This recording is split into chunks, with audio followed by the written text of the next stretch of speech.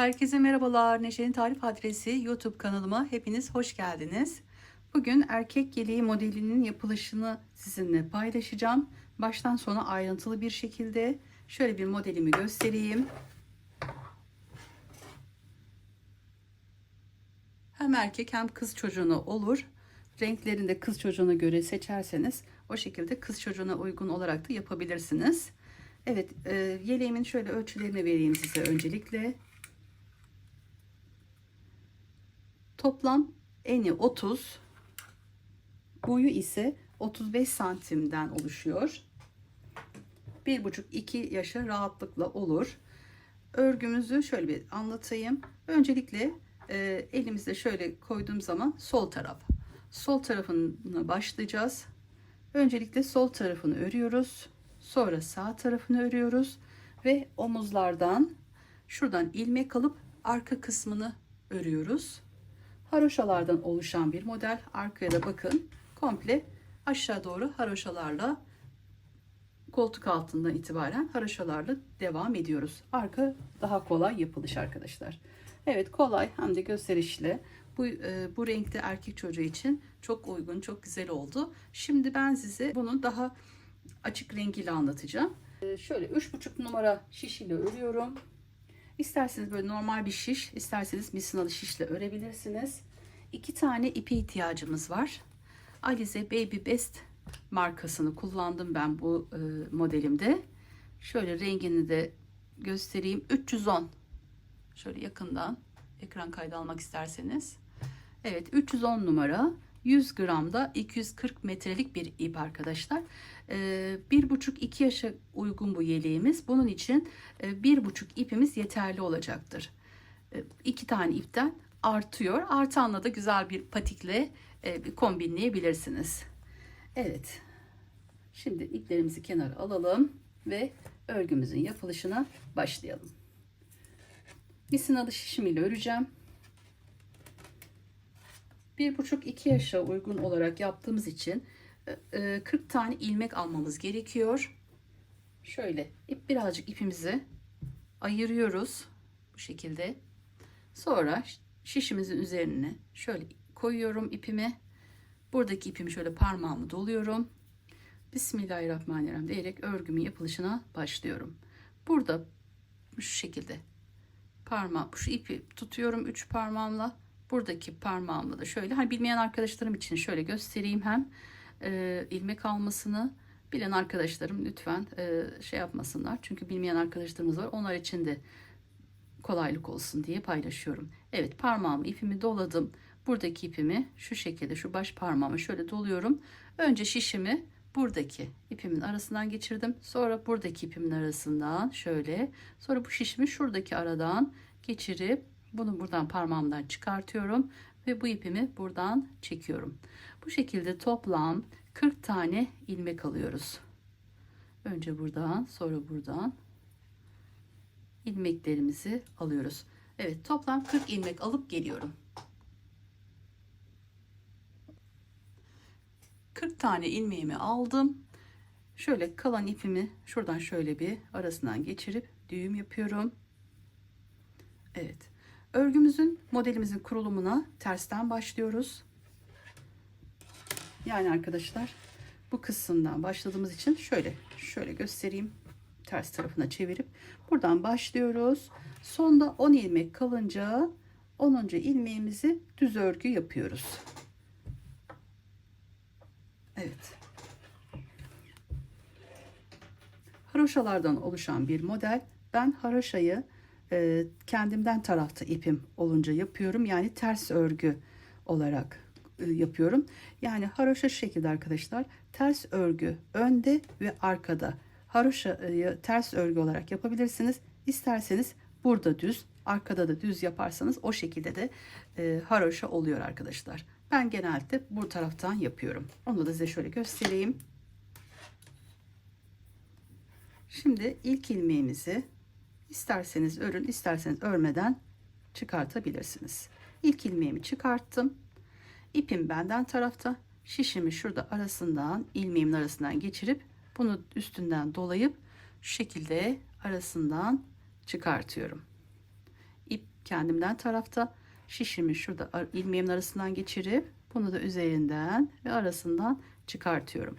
Sonda toplam 10 tane ilmek kalana kadar bütün ilmeklerimi haroşa yapıyorum. Sonda 10 ilmeğim kaldı. Şimdi 10. ilmeğimizi bu şekilde arkadaşlar, şuradan bu kısımdan şişimi şöyle geçiriyorum. İpim bu tarafta ve bu ilmeğimi bu şekilde arasından geçirip buradan çıkartıp düz örüyorum. Kalan ilmeklerimi de ipimi kendi tarafıma çektim ve hepsini sonuna kadar ve bunları haroşa örüyorum. Sonda 2 tanesi kalınca o ikisini örmüyorum arkadaşlar. Şöyle öreyim. Burası yeleğimizin ön tarafı olacak.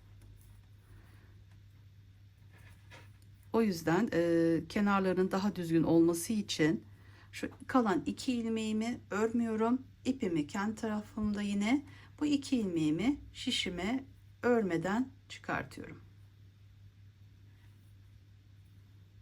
Ve örgümüzün ön tarafına geçiyoruz.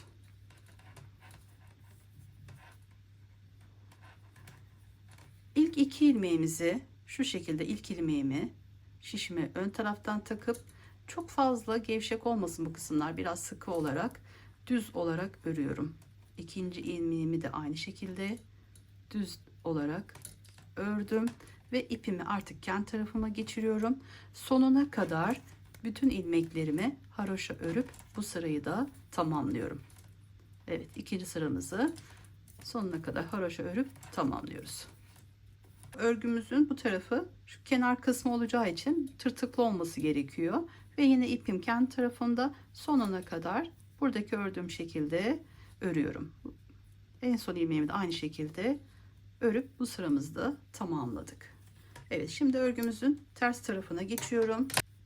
İlk ilmeğimi çıkartıyorum. İpim kendi tarafımda olacak. İlk ilmeğimi çıkartıp diğer tüm ilmeklerimi aynı şekilde örüyorum. Sonunda burada düz ilmek ördüğümüz yere kadar haroşa örüyoruz. Evet, 10. ilmeğime geldim. 10. ilmeğimi bir aşağıda düz örgü olarak örmüştüm arkadaşlar. Şimdi bu kısımda Selanik örgüsü yapacağız. Onu da şöyle anlatayım nasıl yapıldığını. İlmeğimizi normalde ne yapıyoruz? Düz örgüde şu şekilde alıyorduk. Şöyle örüyorduk. Bu şekilde yapmayacağız. Alttaki, bakın şu alttaki zincirimizin şuradaki altındaki araya girip buradan ön tarafa doğru yapıp yine aynı ilmeğimizi aşağıdaki aradan çıkartıp bu ilmeğimizi buradan çıkartıyoruz. Evet. Sonra kalan bütün ilmeklerimizi ters olarak, yani haroşa olarak örüyoruz. Son 2 ilmeğimiz kalana kadar kenarlarının şu şekilde olması için arkadaşlar, daha bir düzgün olması için buradaki son 2 ilmeğimizi örmeden ipimiz kendi tarafımızda, yine bu 2 ilmeğimizi örmeden şişimizi alıyoruz. Evet, bu sıramızı da tamamladık. Şimdi örgümüzün yön tarafındayız. Şu ipimin kaldığı taraf arkadaşlar ters taraf oluyor. Evet, ipimi karşı tarafa aldım. İlk 2 ilmeğimi düz olarak öreceğim. Çok fazla bu kısımlar çok serbest bırakmayalım. Çok serbest olduğu için birazcık şöyle sıkalım arkadaşlar. Bakın, bu ikinci ilmeğimi de şu aradan geçirip buradan örüyorum arkadaşlar. Sonra kalan ilmeklerimi örmem için ipimi kendi tarafıma çekiyorum ve sonuna kadar bütün ilmeklerimi bu ön tarafta sonuna kadar haroşa örüyorum arkadaşlar. Evet, sonuna kadar haroşa örüp bu sırayı da tamamlayalım. Evet, yine göstereyim. Son kalan ilmeğimi yine ipim kendi tarafımda aynı buradaki ördüğüm haroşa şeklinde örüyorum ve örgümün ters tarafına geçtim. Örgümüzün ters tarafında arkadaşlar ipimiz kendi tarafımızda olacak. İlk ilmeğimizi burada örmeden çıkartıyoruz. Burası kenar kısmı olacak. Şimdi son şu Selanik yaptığımız yere kadar bütün ilmeklerimi haroşa örüp buraya kadar yapıp geliyorum. Evet, 10. ilmeğime geldim. Altta yapmış olduğumuz gibi Buraya da Selanik yapacağız. Bakın zaten bu kısma geldiğimiz zaman belli oluyor. Şuradan da göstereyim. Bu şekilde arkadaşlar. Son 10 ilmeğimiz yukarı kadar hep burası Selanik olarak örülecek. Şu kısım. Şimdi buradayız.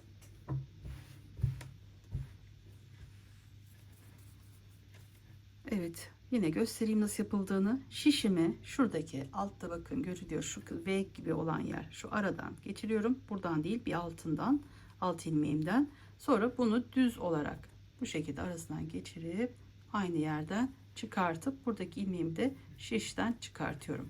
Geri kalan son 2 ilmeğime kadar haroşa örüyorum.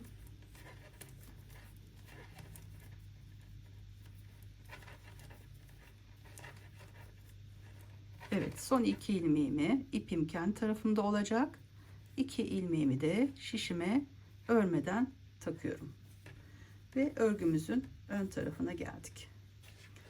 Evet, ipimi diğer tarafa geçirdim. Burada da arkadaşlar yine ilk ilmeğimizi bu şekilde yönden örüyorum. İkinci ilmeğimi de aynı şekilde. Sonra ipimi kendi tarafıma geçirip sonuna kadar ön taraftan haroşa yapıyoruz. Son ilmeğimizi de yine haroşa yaparak bitiriyoruz. Son ilmeğimizi bakın bu şekilde haroşa olarak bitsin arkadaşlar. Böyle tırtıklı olsun. Çünkü dikerken bunlar tek tek, karşı taraftan da tek tek alıp bu kısımlardan dikeceğiz. Evet, tersten haroşa şeklinde ördüm. Şimdi tersine geldim. Burada da aynı şekilde ip kendi tarafımızda olacak. Bu tırtıklı olması için ilk ilmeğimizi örmeden çıkartıyoruz ve Selanik ördüğümüz yere kadar, şu bakın burada zaten yeri belli oluyor. Buraya kadar haroşa yapıyoruz. Bu kısmı Selanik örüyoruz. Bu kısmı da haroşa yapıyoruz. 2 ilmeğimizi örmeden şişimize geçiriyoruz. Evet, Selanik olan örgümüzün olduğu yere geldim. Aynı şekilde alttan ilmeğimi buradan çıkartıyorum, alıyorum. Sonra kalan 9 ilmeğimi haroşa olarak örüyorum. Son 2 ilmeğimizi örmeden ipimiz kendi tarafımızda olacak. Bu şekilde 2 ilmeğimizi örmeden şişimize alıyoruz. Ve ön tarafına geçtik. Burası yön tarafı arkadaşlar. Şu kısım şurada altta şu şekilde bu kısım oluyor. Bakın o Selanik örgülerimizde şöyle bir şuradaki gibi bu şekilde olacak burası arkadaşlar, oluyor. Evet, o yüzden o kısmı Selanik yapıyoruz. Şuradaki izler olsun diye. Şimdi aynı şekilde ilk ilmeğimi şu sayıma da bakayım, 1 2 3 olmuş. İlk ilmeğimi aynı şekilde buradan yön tarafından ördüm. İkinci ilmeğimi de aynı şekilde ve üçüncü ilmeğimi ipimi kendi tarafına çevirdim ve sonuna kadar bu sıramızı haroşa yapıp tamamlıyoruz. Evet, bu tarafında komple haroşa örerek tamamladım. Son ilmeğimi de haroşa örüp çıkarttım. Şuradaki dişleri sayıyoruz arkadaşlar. 1 2 3 ve buradakiyle 4. 4 diş olunca arka tarafta artık şu kısmın kurulumunu yapacağız. Evet, bunun için şöyle arka tarafa geçiyoruz. İlk ilmeğimiz de ipimiz kendi tarafımızda olacak. Bu kenarlar tırtıklı olması için ilk ipimizi şişimize örmeden geçirdim. Burada arkadaşlar 12 tane ilmeğimizi haroşa örüyoruz. 2 4 5 6 7 8 9 10 11 12 12 ilmeğimizi haroşa ördük. Baştakinde sayıyoruz. 2 4 6 8 10 12. Sonra bu ilmeğimizi, 13. ilmeğimizi düz, yani şuradan ön taraftan alıyoruz. İpimizi de diğer tarafta bu şekilde düz örüyoruz. Evet, 12 ilmeğimizi haroşa ördük. 13. ilmeğimizi düz ördük. Şimdi 8 ilmeğimizi de ipimiz kendi tarafımızda olacak. Ters olarak örüyoruz. 1 2 3, 4, 5, 6, 7, 8. Evet, 8 ilmeğimizi burada ters ördük. Şimdi yanında, yani şu kısımları olacak arkadaşlar. Şu kısım 8 ilmek, şu kenarlarda da bu şekilde olması için buraya da bir tane düz örgü örüyoruz. Aynı 8 ilmeğin şurada yaptığımız gibi burada da aynısını yaptık. Sonra bu Selanik olan yere kadar 2, 4, 6, 8 tane ilmeğimiz kalıyor.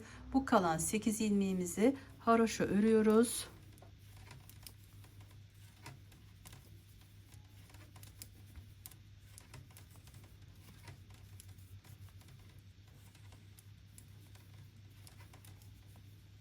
Aşağılarda Selanik uyguladığımız yerdeyim. Buraya da Selanik örgümüzü yapıyoruz ve kalan ilmeklerimizi son 2 ilmeğimize kadar haroşa örüyoruz. Evet, örgümüzün kurulumunu tersten yapıyoruz. Son 2 ilmeğimizi ipimiz kendi tarafımızdayken örmeden şişimizi alıyoruz. Evet, şöyle yine ne yaptığımı söyleyeyim arkadaşlar. 12 ilmeğimi haroşa ördüm. 13. ilmeğimi düz ördüm. 8 tane ilmeğimi haroşa ördüm. 8 tane ilmekten sonraki yanındaki ilmeğimi düz olarak örüyorum.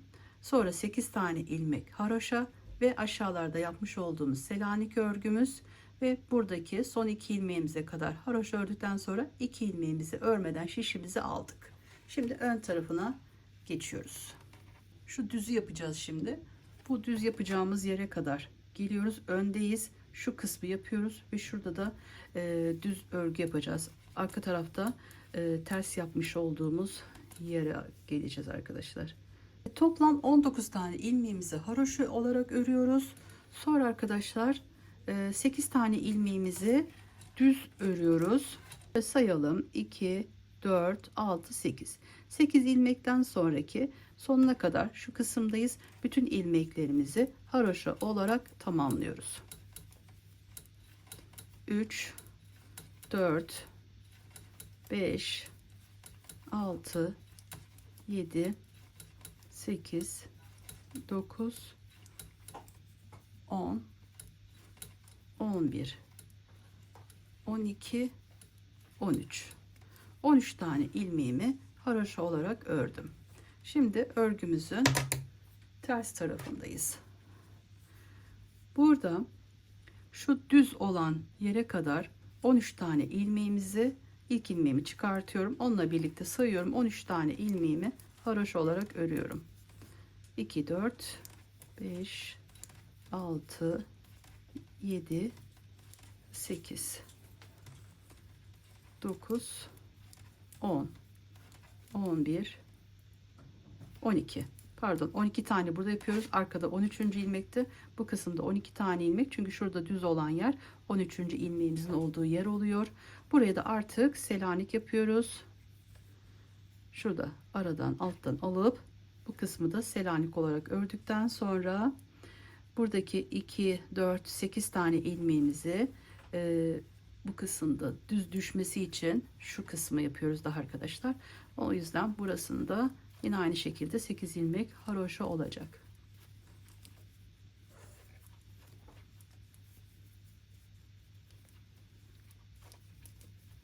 Yerleri belli oluyor bu kısımda.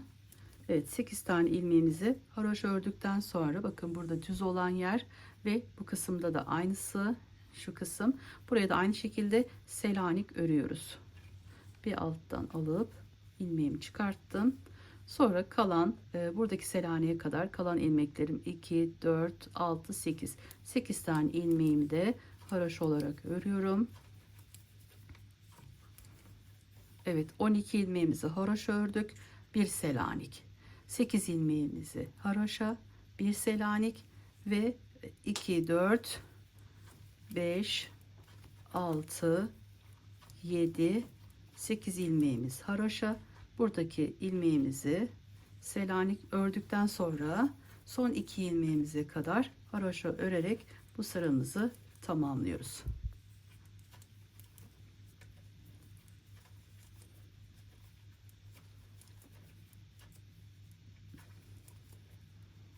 Evet, son ilmeği de ipim kendi tarafında olacak. Örmeden şişimi alıyorum ve örgümün ön tarafına geçiyorum. Evet, bakın burada artık örgümüz belli olmaya başladı. Kenarlarını farklı bir şekilde ördüğümüz için bu şekilde bir düzgün oluyor. Sonra ilmeklerimiz şurada da arkada bu şekilde düz olacak. Selanik yaptığımız yerler bir çukurluk veriyor. Sonra 8 tane ilmeğimizden sonra bakın şu kısımda düz örgülerimiz var. Şu kısımdayız. Bir sıra şuraya, bir sıra daha yaptıktan sonra artık şu şekilde devam edeceğiz burayı. Sonra arkadaşlar sonuna kadar da haroşamızı yapıp devam etmiştik. Evet, artık yerleri de belli olmaya başladı. Evet, ilk iki ilmeğimizi yönden örüyorum. Biraz şöyle ilmeklerimi sıkıp yapıyorum. Sonra ipimi kendi tarafıma koydum. Şu düz örgü olan yere kadar 8 ilmeğime kadar haroşa örüyorum. 2, 4, 6, 8, 9, 10, 11, 12, 13, 14, 15, 16, 17, 18 ve 19. 19 ilmeğimizi haroşa olarak ördüm. 8 ilmeğimizi de düz örüyoruz. Buradan bu şekilde önden alıp arkaya doğru.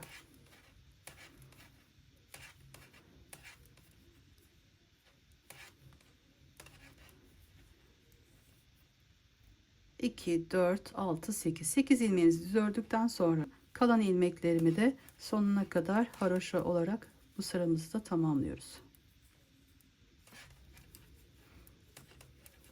Ön tarafta sadece şu kısımda 8 tane düzümüzü yaptık. Gerisi hepsi haroşa.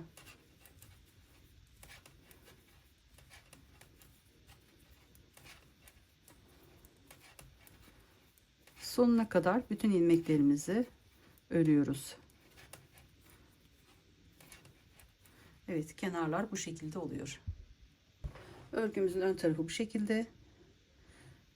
Şimdi tersi geçtik. Ters tarafını örüyoruz. İlk ilmeğimizi örmeden çıkartıyoruz. 2, 3, 4, 5, 6, 7, 8, 9, 10, 11, 12. 12 ilmeğimizi haroşa örüyoruz. Buradaki altta bakın belli oluyor. Düz örgü olan yeri de bir alttan alıp Selanik örgümüzü yapıyoruz. Burada arkadaşlar şu alt kısma bakıyoruz. 1, 2, 3, 4. 4 tane haroşamız var. Şu düzden sonra 1, 2, 3, 4 tane haroşa olduğuna göre bu kısma da artık şu şekilde şu kısımdayız arkadaşlar. Bu şekilde olması için burayı düz örüyoruz. Ördüğümüz Selanik'ten sonraki örgülerimizi düz olarak 8 tane ilmeğimizi örelim. 3, 4, 5, 6, 7,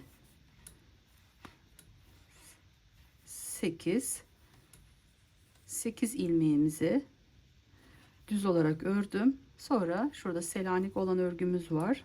Burayı da Selanik örüyoruz. Sonra kalan buradaki 2, 4, 6, 8 ilmeğimizi de haroşa olarak örüyoruz.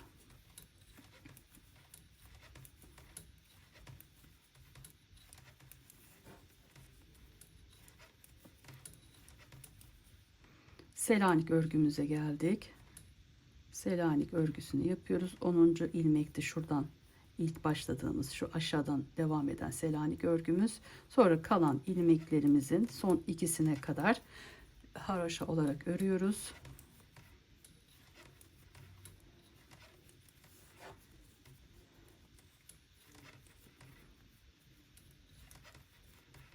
Son iki ilmeğimizi de örmeden şişimize alıyoruz. Evet, ön tarafına geldik. Bakın arkadaşlar, şöyle yine yakından göstereyim. Şu kısım, şu alt kısım, şu iç kısımda kalıyor burası. Bu kısım şurası. Bu taraf burası arkadaşlar. Şimdi şu kısımda bakın, şurası. Burada da bir diş haroşamız var. Bu kısım komple arkadaşlar, burası da haroşa olacağı için bakın 2 tane olması gerekiyor. O yüzden baştan sona kadar şu 2 ilmeğimizi düz ördükten sonra 1 2 ilmeğimizi düz ördükten sonra bütün ilmeklerimizi sonuna kadar haroşa yapıp bu sıramızı tamamlıyoruz. Evet, bu sıramızı da tamamladık. Bakın bu kısımda arkadaşlar 2 diş oldu haroşamız. Artık kısımda 2 düz olacak bu şekilde. Bu kısmı artık şu şekilde yine 4 sıra haroşa yapacağız. Evet, arkaya geldik. İlk ilmeğimi örmeden çıkartıyorum. 1, bunu saydım, 2, 3, 4, 5, yeri belli aslında. 6, 7, 8, 9, 10, 11, 12. 12 ilmeğimizi haroşa ördük terste. 13. ilmeğimizi bu kısımdan tersten Selanik yapıyoruz. Zaten altta bakın yeri belli. Evet, sonra bu kısımda haroşa var. Bu kısma düz düşmesi için şimdi bu kısımdan ters yapıyoruz. 8 tane ilmeğimizi ters örüyoruz. Bunları karıştırırsanız arkadaşlar arkada da farklılık olabilir. Bunlara dikkat edelim. Evet, 8 ilmeğimizi haroşa olarak ördük. Bakın bu bir diş oldu. 1 2 3 4 tane olacak bu şekilde. Bu kısımda hep bu şekilde haroşa öreceğiz. Bu kısımda da düz örmeyi unutmayalım. Evet, yine Selanik olan yere geldik. Bakın altta belli. Burayı şimdi ilmeğimizi alıyoruz ve Selanik örüyoruz. Sonra ki ilmeklerimizi, 8 tane ilmeğimizi de haroşa örüyoruz.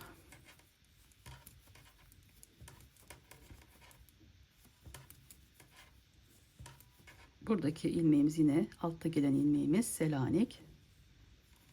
Ördükten sonra son 2 ilmeğe kadar kalan bütün ilmeklerimizi haroşa örüp sıramızı tamamlıyoruz.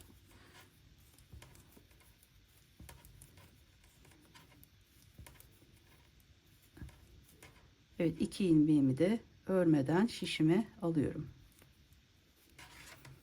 Yan tarafına geldik. İlk 2 ilmeğimi düz örgü olarak örüyorum. Çok gevşek bırakmadan biraz ilmeğimi sıkıyorum. Sonra ilmeklerim şuraya kadar gelene kadar arkadaşlar 8 tane ilmeğimize kadar haroşa olarak örüyoruz. 19 tane ilmeğimi haroşa olarak ördüm. Şu alttaki gibi 8 tane ilmeğimizi düz yapıyoruz. İpimiz diğer tarafta. Evet, 8 tane ilmeğimizi düz örüyoruz.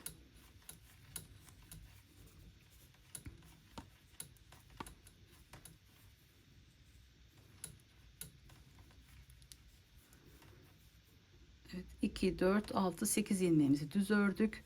Şimdi kalan ilmeklerimizi sonuna kadar haroşa örüp tamamlıyoruz. Sadece ön tarafta arkadaşlar, sadece bu kısımda işlem yapıyoruz. Diğer taraflar bu modelimizin bu kısım ve diğer kısmı hepsi haroşa olarak sonuna kadar gidiyoruz. Evet, son ilmeğimi de haroşa olarak ördüm. Ters taraftayız. Bakın yerler belli arkadaşlar. Şöyle Selanik ördüğümüz yerler bu kısımlar. Buradaki ilmeklerimizi Selanik olan yere kadar haroşa örüyoruz. Selanik örgümüzü yaptıktan sonra bu kısımda şuradaki gibi ön tarafa düz düşmesi için 2 tane oldu. 2 tane daha haroşa olacak. Sonra 2 tane düz olarak olacak. Evet, bu kısımlar aynı hep gösterdiğim şekilde şu kısma kadar yapacağız arkadaşlar. Şuraya kadar. Evet, şu kısmı da tekrar örelim. Evet, 12 tane ilmeğimi haroşa olarak ördüm. Şimdi Selanik örgüme geldim. alttan ilmeğimin arasından batıp çıktım ve burada şu şekilde olması gerekiyor. 8 tane örgümü haroşa olarak örüyorum. Ön tarafta düz düşüyor bu şekilde.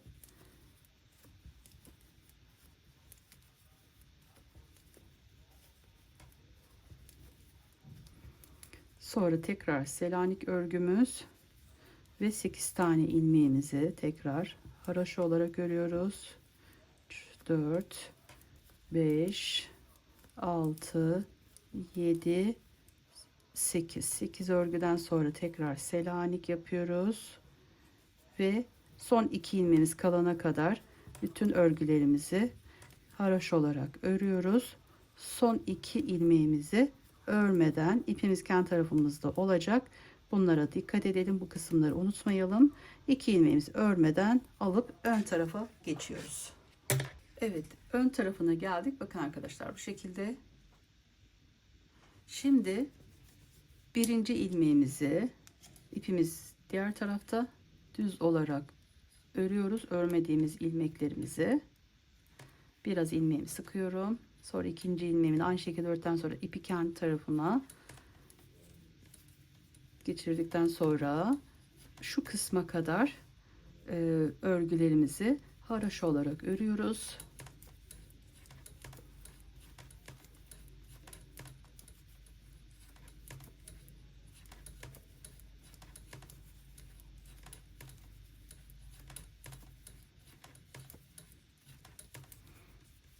Evet, aynı benim ördüğüm sıralara dikkat ederseniz arkadaşlar aynısı birebir olur. Evet, ip de aynı incelikte aynı şekilde olursa büyüklüğü de aynı olur arkadaşlar. İpin kalınlığına göre, inceliğine göre de boy ölçüsü, en ölçüsü değişebilir. Evet, şimdi buradaki bir tane kalmış, onu da örüyoruz. Evet, arkada 3 diş olmuş haroşa şeklinde.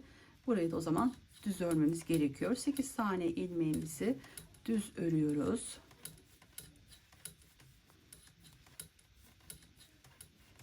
Evet, düz olarak ördük. Kalan ilmeklerimizi sonuna kadar haroşa örüp bu sıramızı da tamamlıyoruz.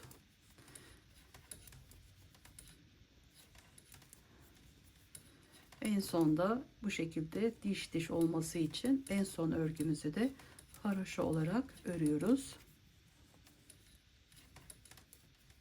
Bir tarafta bu şekilde örüyoruz. Diğer tarafta da ikisini örmeden çıkartıyoruz. Evet. Evet, bu şekilde bu sıramızı da tamamladık. Aynı şu kısımlara dikkat ederek arkadaşlar örgümüzü bu şekilde yukarı doğru devam edeceğiz. Burası bakın şuraya da tekrar şöyle bu sırayı da tamamlayalım. İlk ilmeğimizi örmeden çıkartıyorum ve Selanik örgüme kadar ilmeklerini haroşa olarak örüyorum. Evet, burada ilmeğim bakın Selanik olan yer belli. Selanik örgümü yapıyorum. Bu kısımda şuradaki gibi artık buraya geldik. Bakın altta 1 2 3 4 dişten sonra 2 düz yapmıştık. Burada da 1 2 3 4 artık 4 diş oldu. Şimdi 8 tane ilmeğimizi burada düz olarak örüyoruz. Örgümüzün ters tarafındayız. 8 ilmeğimi düz olarak ördüm. Sonra Selanik örgüm var. Bunu da yapıyorum. Tekrar 8 tane ilmeğimizi burada haroşa olarak örüyoruz.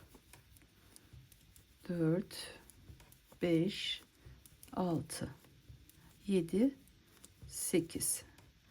Sonra Selanik örgümü yapıyorum. Son 2 ilmeğime kadar kalan ilmeklerim 9 ilmeğimden ikisini şurada bırakıyoruz. Kalan o ilmeklerimizin hepsini ters örgü olarak haroşa olarak ördüm. 2 ilmeğim kaldı. Bunları da örmeden ipimi bu tarafa geçirdim ve örmeden şişimi aldım. Evet. Evet, bu sırada da arkadaşlar bakın ön taraftayız. Şuradaki şekilde olacak. Evet, burada bu şekilde düz olacak. 2 tane haroşamız olacak. Aynı bu kısımda 4 tane haroşamız olunca ön tarafa bu şekilde düz oluyor. Şimdi bakın bu sırada artık şu kısmı yapıyoruz. İlk bir tanesini yaptım. Şimdi buradan başlıyorum ve sonuna kadar bu ikinci sıramızı komple haroşa olarak örüyoruz. Evet, şurayı da tamamlayayım. Aynı şekilde ilk iki ilmeğimizi, birinci ilmeğimi şöyle çıkartıyorum. Bunu örüyorum. İkinci ilmeğimi de aynı şekilde ördüm. Sonra sonuna kadar bütün ilmeklerimizi haroşa olarak örüyoruz. Çünkü bu sırada ortada haroşa olması gerekiyor. Evet, sonuna kadar haroşa örüp bu sıramı tamamlıyorum. Örgümüzü şu şekilde tamamladım. Bu sıramı da haroşa ördüm. Bakın buradaki gibi oldu aynısı. Vidomu şu kısma alıp, bakın şu kısma ya da başa ya da bu kısmı aldıktan sonra aynı işlemi yapıyoruz. Evet, tekrar buraya başa alıp aynı işlemleri yaparak örgümüze devam ediyoruz. Evet, şöyle ben biraz öreyim. Ona göre şuradaki sayılarımı da size vereceğim. Yeleğimi şöyle koltuk altına kadar ördüm. Buradaki haroşalarımı sayıyorum. Benimle aynı sayıda yaptıysanız burada benim 15 tane haroşam var şekilde. Sadece bunları saydığım zaman 15 haroşayı tamamladım. Buradaki şu dişleri sayıyorum. Haroşa dişlerini arkadaşlar. 1, 2, 3, 4, 5, 6, 7 diye saydığım zaman burada da toplam en sondaki haroşama kadar sayı vereyim. 51. 51 tane olacak. Bu kısımda da 15 tane olacak. Sonra bakın bu kısımda düzleri tamamladım. Artık bu kısımda haroşa yapmam lazım. Onun için bu kısımda düz öreceğim. Evet, şimdi tersine dönüp örmeye başlayalım. Tersindeyiz şu an. İlk ilmeğimi örmeden çıkarıyorum. Ve Selanik örgümün olduğu yere kadar tüm ilmeklerimi haroşa olarak örüyorum.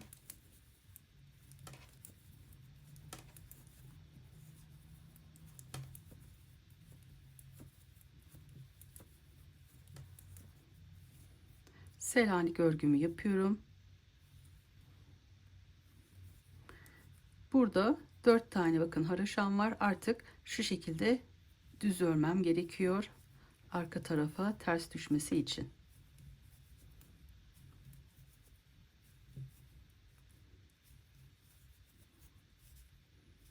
Sekiz tanesini örüyoruz.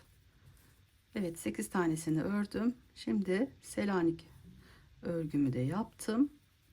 Burada 8 tane ilmeğimiz var. Artık bu kısımda şu kısımdaki yaka kesimimize burada başlayacağız arkadaşlar. Bunun kurulumunu yapacağız. Şu iki taneyi bu kısımda arkadaşlar kesiyoruz. 1, 2, Selanik'ten sonraki sayımı vereyim. 2, 3, 4, 5, 6 tane ilmeğimi ördüm. 2 tane burada ilmeğimizi kesiyoruz arkadaşlar. Çok fazla gevşek olmayacak şekilde kesimimizi yapalım. İkisini bir aldım. Kestim. Yanındaki Selanik örgümü de yapıyorum. Ve kalan ilmek, son 2 ilmeğime kadar haroşa örüyorum.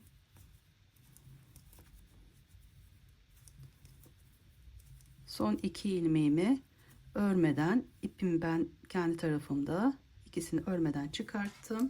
Tersten ilk kesmemizi yaptık bu kısımdan. Şimdi ön tarafa gelince de bu kısımda arkadaşlar yaka kesimimize başlıyoruz. Bunun için ipimi diğer tarafa aldım. Buradaki ilk iki diğer tarafa şöyle çevirdim. Buradaki ilmeğimle bunları ikisini bir şişimden çıkartıyorum. Burada kalan bir tane ilmeğimi tekrar şişime takıyorum. 2 ilmeğimi birden aynı bu tarafa geçirip ikisini bir kesimimi yaptım. Toplam 2 ilmeğimi kesmiş oldum. Buradaki ilmeğimi tekrar buraya takıyorum. Aynı işlemi yapıyorum. Bu şekilde üçüncü kesimimizi yapıyoruz. İlmeğimi tekrar buraya takıyorum ve dördüncü kesimimi yapıyorum. Burada Selanik olan yere kadar 9 ilmeğimiz var bu tarafta arkadaşlar. Bunun 4 ilmeğini burada kestik. Bakın şu çukur olan yer, şu kısım Selanik'in olduğu yer. Bu kısımda 1, 2, 3, 4, 5 tane kalacak. 5 tane kalıyor. 4 tanesini kestik.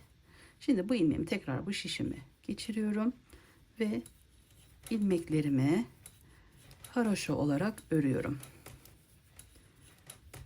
Bu kısımdan ön taraf tersinden aynı bir tane kesim yapmıştık. Bu kesmiş olduğumuz yeri de aynı şekilde bu sırada da haroşa olarak örüyoruz. Bu sıramız arkadaşlar sonuna kadar haroşa olarak devam ediyor. Evet, sonuna kadar haroşa örüyorum. Çünkü bu kısmında 2 diş olması gerekiyor. Bu birincisini yaptık. Şimdi ikincisini yapacağız. Ve sona kadar yapıp geliyorum. Evet, sonuna kadar haroşamı yaptım. Şimdi örgümün tersindeyim. Bu kısımda burada yaka kesimimize başladık. Artık burada da koltuk altı kesimini yapacağız. Onu da şu şekilde yapıyoruz. Koltuk altı kesimini buradan 5 ilmeğimizi haroşa olarak örüyoruz. Bir tane düz öreceğiz ve yanındaki 2 ilmeğimizi aynı burada yaptığımız gibi kesimini tersinden ayarlayacağız. Şöyle örelim. İlk ilmeğimi çıkartıyorum. İkinci ilmeğimi ördüm. Üçüncü, 4 ve 5. Bu kısımda da aynı burada yapmış olduğum gibi şu kısımdaki 1, 2, 3, 4, 5. 5 tane olduktan sonra bir tane düz örgü örüyorum. Aynı buradaki gibi arkadaşlar. Sonra bu kısımda bakın 2 tanesini bir kestiğim için burada da aynı şekilde koltuk altı kesimi için 2 ilmeğimi şişime aldım ve ikisini bir burada kestim. Burada da artık şu kısmı başlamış olduk. Buradan bir tane kesmiş olduk. Bu kısımdan da bir tane bu sırada başladık kesmeye. Burada Selanik'e kadar 1, 2, 3, 4 ilmeğimiz kalıyor. Bu 4 ilmeğimizi haroşa olarak örüyoruz. Selanik örgümüzde yapıyoruz. Ve sırada burada 2 tane haroşa olduğuna göre bu kısımda bu şekilde olması gerekiyor. Ve 8 tane ilmeğimizi haroşa olarak örüyoruz.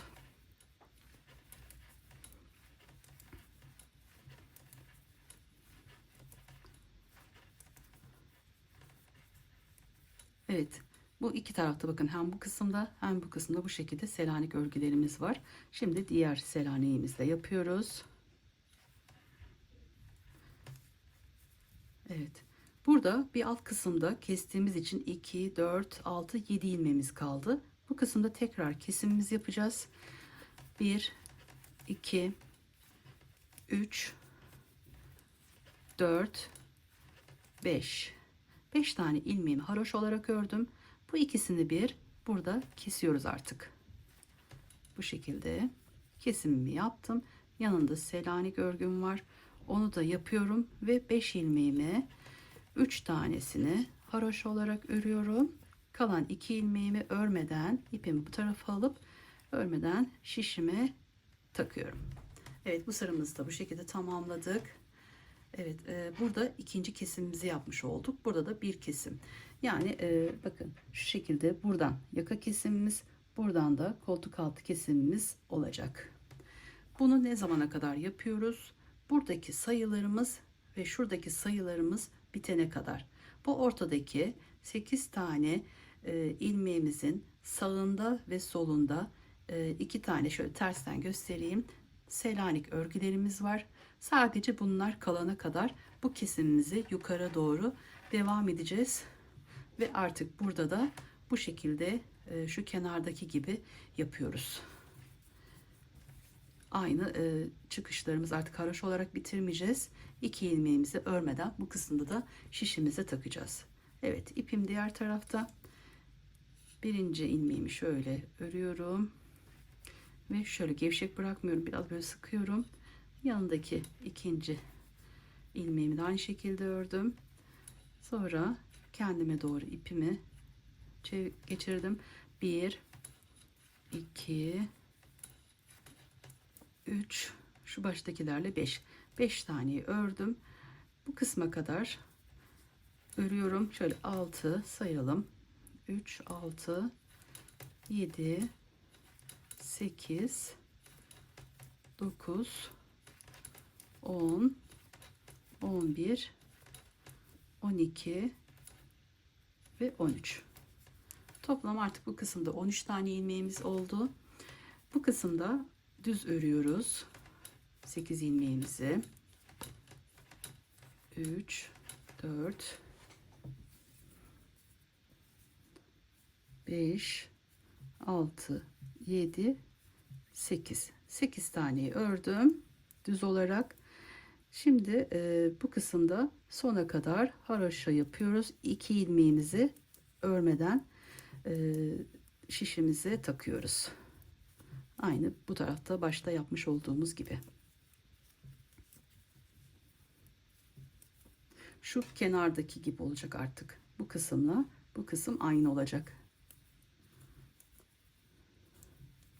Evet, 2 ilmeğim kaldı.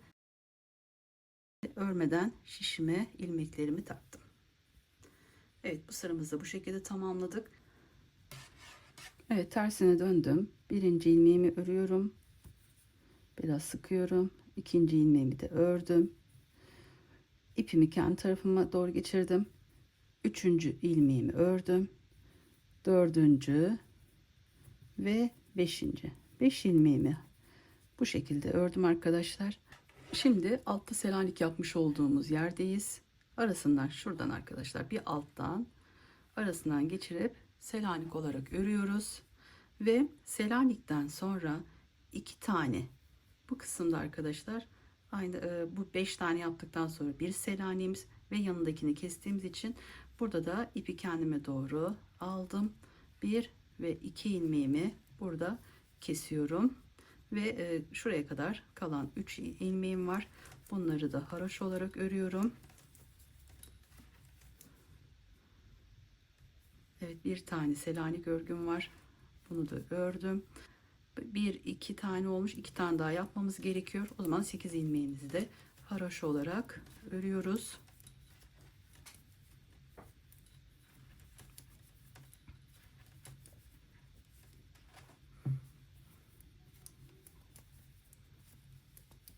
Sekiz ilmeğimi haroşa olarak ördüm. Yanındaki bir tane Selanik'imi örüyorum. Ve burada yine kesimimiz yapacağız. 1, 2, 3, 4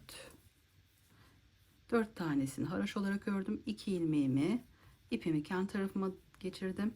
1-2 ilmeğimi de şişime aldım ve bunları da örüp burada 3. kesimini yapıyorum. 1 2 3 3. kesimimi yaptım. Yanındaki ilmeğim Selanik olarak örülüyor ve kalan 5 ilmeğim 3 tanesini haroşa olarak örüyorum. 2 ilmeğimi de örmeden şişime takıyorum. Evet, bu sırayı da bu şekilde tamamladık ve yön tarafa geldik.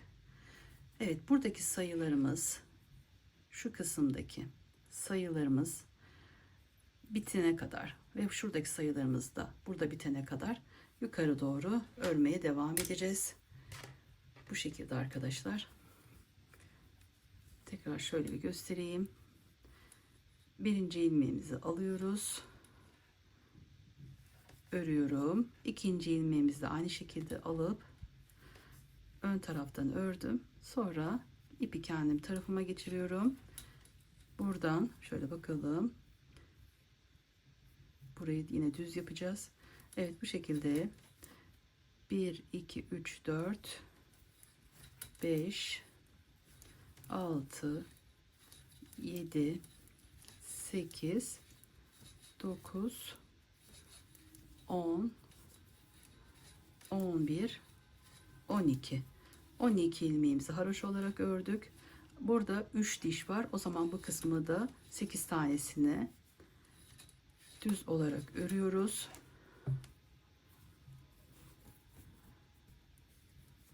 Sekiz ilmeğimi düz olarak ördüm.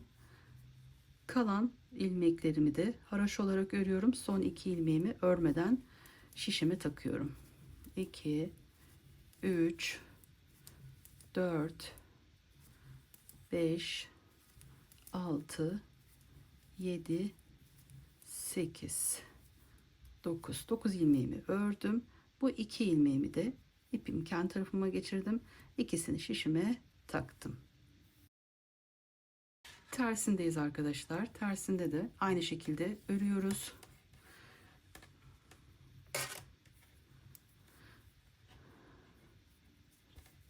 Şöyle ilk ilmeğimi ön taraftan örüyorum. İkinci ilmeğimi de aynı şekilde ve üçüncü ilmeğimi de yönü bana doğru, sonra 1 2 3 tane de haroşamı yapıyorum. Sonra bakın burada altta Selanik'imiz var. Selanik örgümüzü yapıyoruz. Burada artık bu ikisini yine kesiyoruz. Bu kesimler, şuradaki kesimler bitene kadar, şuraya gelene kadar arkadaşlar bu işlemi yapacağız. Sonra iki kalan haroşamı da ördükten sonra Selanik'imi de yapıyorum. Ortadayım. 1 2 3 4 4 sıra haroşamız olduktan sonra artık düz örüyoruz. 2 3 4 5 6 7 8 Selanik örgümü yapıyorum. Son iki tane Selanik'ten sonraki şu iki tane yine kesimini yapacağız. İpi kendi tarafıma aldım. 1 2 3 ilmeğimi haroşa olarak ördüm. 2 ilmeğimi de kendi tarafıma ipe aldım. 1 2 ikisini alıp burada kesimimi yaptım. Sonra Selanik örgümüz var. Bunu da yapıyoruz.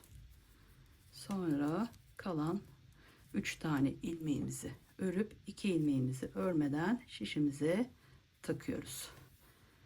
Evet, bu işlemleri arkadaşlar yukarı doğru devam edeceğiz. Şuradaki hani söylediğim gibi buradaki sayılarımız, şunları aynı şekilde devam ediyoruz.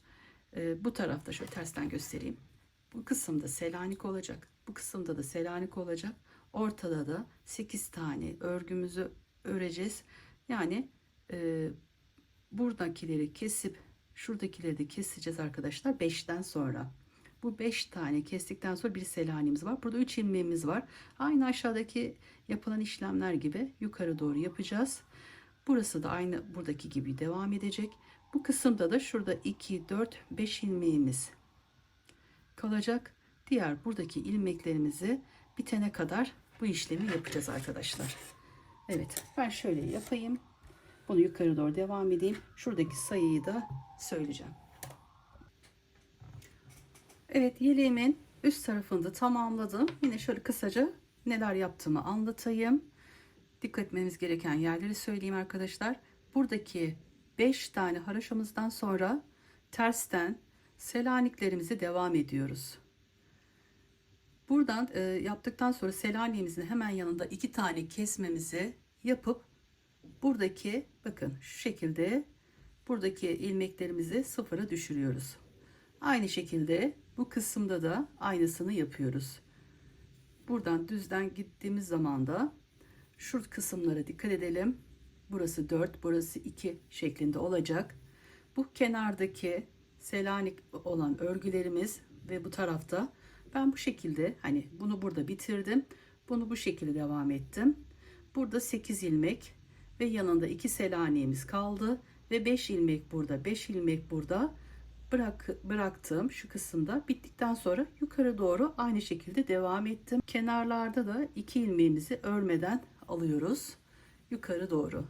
İsterseniz bu kısımdaki Selaniklerimize devam edebilirsiniz şu şekilde ya da buradaki de olabilir. Fark etmez. Ben hatta bu yeleğimde bu şekilde değil şuradan devam etmiştim. Evet, buradaki sayılarımıza dikkat ederek örüyoruz ve nereye kadar? Buradaki haroşalarımızı sayıyoruz. Toplam 25. 25. sıraya kadar ördüm ve bu kısımda ördükten sonra diğer misinalı şişimden çıkarttım. Şu şekilde. Sonra bunları ilmeklerimi tek tek buradaki şişimi taktım. İlmeğim bu kısımda kaldı. Bu kısım 25. sıramız. Benim yapmış olduğum şuradaki 4-2 yaptım ben burayı. Bu kısımları aynı şekilde yaparsanız buradaki sayıya dikkat ederek örgümüzü bitirelim. Evet, bu kısmı tamamladık. Şimdi diğer tarafına başlayalım. Buradan artık ipimizi kesebiliriz. Şöyle birazcık bırakalım. İpimizi keselim. Şimdi bu tarafı için burada bu kısımda ilik yapacağız. Şöyle ben 1, 2, 3, 4, 5 tane ilik yeri koydum. Bunların da yerleri, şu düğmelerimin olduğu yerler belli. 1, 2, 3, 4, 5 haroşa örüyoruz. Sonra iliğimizi koyuyoruz. Sonra arada şu kısımdan sayarak 10 tane haroşa yaptıktan sonra diğer 11. sırada ilik koyarak yukarı doğru gidiyoruz. Bu kısımda şu şekilde buraya düğmeleri dikeceğiz arkadaşlar. 1, 2, 3, 4, 5. 5'ten sonra iliğimizi koyacağız. Evet. Şimdi diğer tarafı için anlatıma geçeyim. Bu kısımlar burada altta kalıyor arkadaşlar, bu yelek modelinde.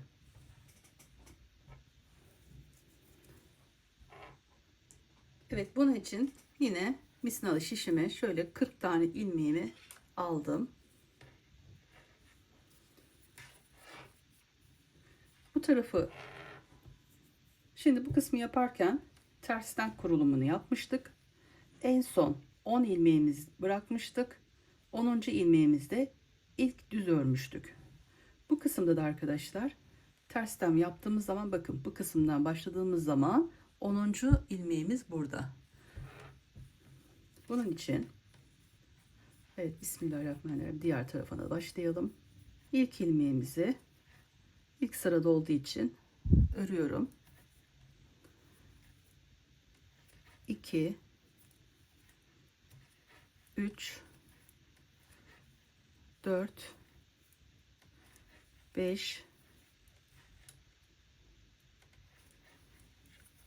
6, 7, 8, 9. Evet, 2, 4, 6, 8, 9. 9 tane ilmeğimi haroşa olarak ördüm. 10. ilmeğimi burada düz örüyorum. Şöyle biraz gevşetip şu kısımdan alıp bu ilmeğimizi düz örüyoruz. Bu sıramızda ilk düz örüyoruz. Sonraki sıralarımızda Selanik örgü yapacağız bu kısmı arkadaşlar. Şimdi bütün kalan ilmeklerimi haroşa olarak örüyorum. Son ilmeğimi de haroşa olarak ördüm ve ön tarafına geçiyoruz. Örgümüzün ön tarafındayız. İlk ilmeğimizi örmeden şişimizi alıyoruz ve son 2 ilmeğe kadar bütün ilmeklerimizi tamamını haroşa olarak örüyoruz bu sıramızda. Tüm ilmeklerimizi haroşa örüp 2 ilmeğimizi şişimize alacağız. Bu sıramızda bu şekilde tamamlayalım. Son 2 ilmeğimizi örmüyoruz. İpimi kendi tarafıma aldım. 2 ilmeğimi şişime örmeden takıyorum. Ve örgümüzün ters tarafına geçtik. İpimi diğer tarafa aldım. İlk ilmeğimizi şu şekilde örüyorum. Biraz sıkıştırıyorum ve yanındaki ilmeğimi de aynı şekilde örüyorum. Sonra 3. ilmeğimizi şöyle sayalım. 1, 2, 3, 4, 5, 6, 7, 8, 9. 9 ilmeğimizi haroşa olarak örüyoruz. Bir altta, burada düz örgü ördüğümüz yere artık Selanik yapıyoruz. Bir alttaki ilmeğimizin arasından takıp bu kısımdan bu şekilde Selanik örgümüzü yapıyoruz ve kalan ilmeklerimizi sonuna kadar haroşa olarak tamamlıyoruz. Son ilmeğimize kadar haroşa olarak bu sıramızda tamamladık. Şimdi ön tarafına geçiyorum. Evet, bu kısımda da komple baştan sona kadar son ilmeğimize kadar, 2 ilmeğimize kadar haroşamızı örelim. 2 ilmeğimizi örmeden alalım. Diğer tarafta da buradan 9 ilmeğimizi haroşa olarak örelim. 10. ilmeğimizi Selanik yapalım ve kalan bütün ilmeklerimizi sonuna kadar haroşa olarak örelim. Toplam ön tarafa bu şekilde baktığımız zaman 4 sıra haroşamız olsun. Aynı buradaki gibi. 1, 2, 3, 4. Örgümüzün ön tarafında 1, 2, 3, 4 sıra kadar haroşamızı yaptık ve son 2 ilmeklerimizi örmedik. Ters tarafında da artık modelimizi kurulumunu yapacağız. Evet. Onu da şöyle göstereyim. İpimi diğer tarafa aldım. Birinci ilmeğimi örüyorum. İkinci ilmeğimi de aynı şekilde çok gevşek bırakmayalım. Sonra kalan Selanik olan örgümüze kadar tüm ilmeklerimi haroşa olarak yapıyorum. Toplam baştaki ile birlikte 9 tane ilmeğimizi haroşa olarak örüyoruz.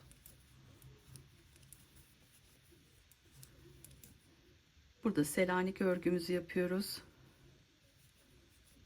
Evet, sonra artık şuradayız arkadaşlar. Şu kısımdayız. Tersten. Şimdi buraya kadar yani 8 tane ilmeğimizi haroşa örüyoruz.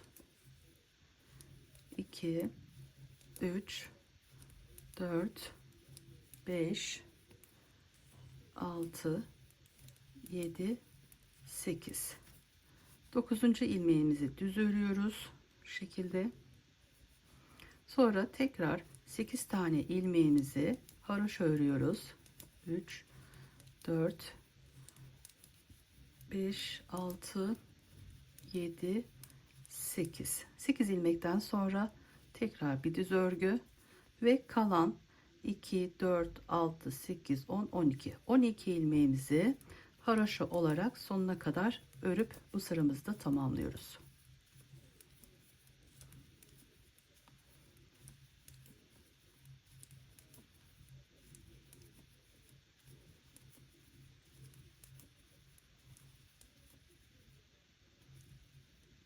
Evet, örgümün son ilmeğini de haroşa olarak ördüm ve yeleğimin ön tarafına geçtim. 1, 2, 3, 4 tane sıra haroşamızı yaptık.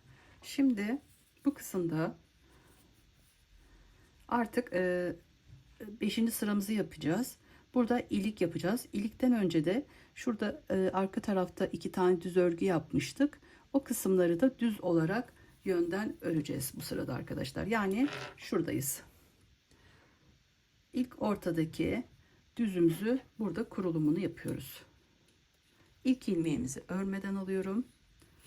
Onu da sayayım. 2, 3, 4, 5, 6, 7, 8, 9, 10, 11, 12. 12 tane ilmeğimi haroşa olarak ördüm. Bakın 13. ilmeğimde de şu şekilde arkada düz örgümüz var. Buraya geldiğimiz zaman bu 13. ilmeğimizi de aynı şekilde örüyoruz ve buradan 8 tane ilmeğimizi düz örüyoruz. Yani toplam 13 tane ilmeğimizi haroşa olarak ördüm. 8 tane ilmeğimi de düz olarak örüyorum.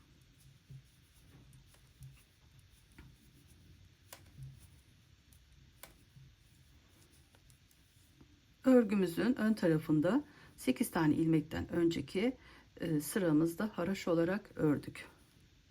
Bakın burada da şöyle baktığımız zaman şu kısımda bir terslik var. Ters örgümüz var. Bunu da buradan haroşa olarak örüyoruz.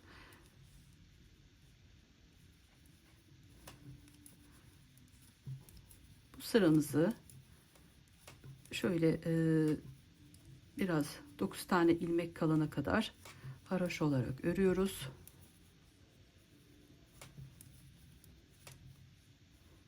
İki, 4, 6, 8, bir tane daha öreyim. 9. Şimdi burada 9 tane ilmeğimiz kaldı. Bu kenarı için olan. Burada 2, 3, 4, 5, 6. 6 ilmeğimizi örmüyoruz daha. Şu 3 ilmeğimizi haroşa olarak örüyoruz. 3 ilmeğimi haroşa olarak ördüm. Bu kısımdan saydığım zaman 1 2 3 4 5 6 6 ve 5'i ip kendi tarafımda. Evet, ilk ilmeğimizi yapıyoruz. Bu iki ilmeğimizi şişime taktım. Bu ipimi de üzerinden şu arasından geçirip bir tane kestim ve bir tane de şu şekilde şişime dolayıp ipi kendi tarafıma aldım ve bir tane de burada arttırmamı yapıyorum.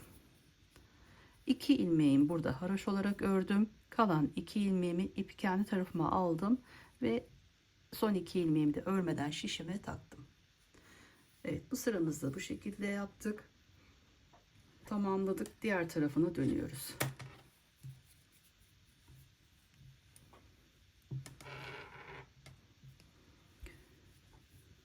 Birinci ilmeğimi düz örüyorum. Sıkıştırıyorum biraz. İkinci ilmeğimi de düz örüyorum. İpi kendi tarafıma aldım. Selanik olan yere kadar ilmeklerimi bu şekilde haroşa olarak örüyorum. 9 tane ilmeğimizi haroşa olarak örüyoruz.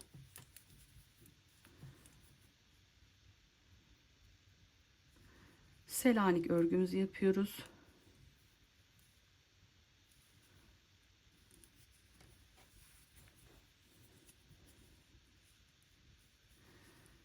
Sekiz tane ilmeğimizi haroşa olarak örüyoruz.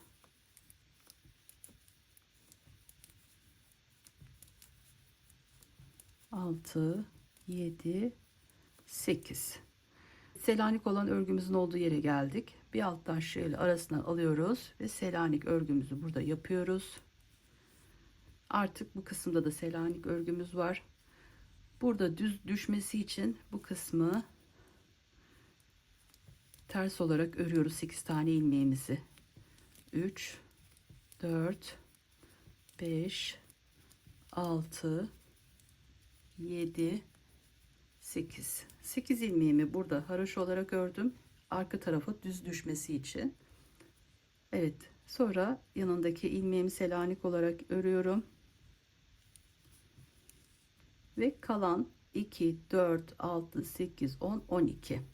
12 ilmeğimi haroşa olarak örüp bu sıramızda tamamlıyoruz. Son ilmeğimizi de haroşa olarak örüyoruz. Kenarı tırtıklı olsun diye. Ön tarafa geldik. İlk ilmeğimi örmeden çıkartıyorum. Ve buradaki ilmeklerimi şuraya kadar ilmeklerimi haroşa olarak örüyorum. Toplam 2, 4, 6, 8, 10, 12, 13. Toplam 13 tane ilmeğimizi haroşa olarak örüyoruz. Zaten belli şu an düz olan yer. Burada arka tarafa baktığımız zaman arkadaşlar bakın şöyle şu kısımdan sonra 1, 2, 3 diş olmuş. Bu kısmın 4 diş olması gerekiyor. Yani 3. sırayı yapmışız. Şimdi 4. sıramızı yapalım.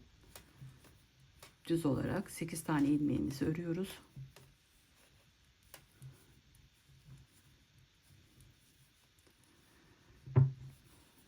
Ve kalan ilmeklerimi son 2 ilmeğime kadar haroşa olarak örüyorum. 2 ilmeğimi de örmeden şişime takıyorum. Evet, ilmeklerimi haroşa olarak ördüm. 2 ilmeğimi örmeden aldım.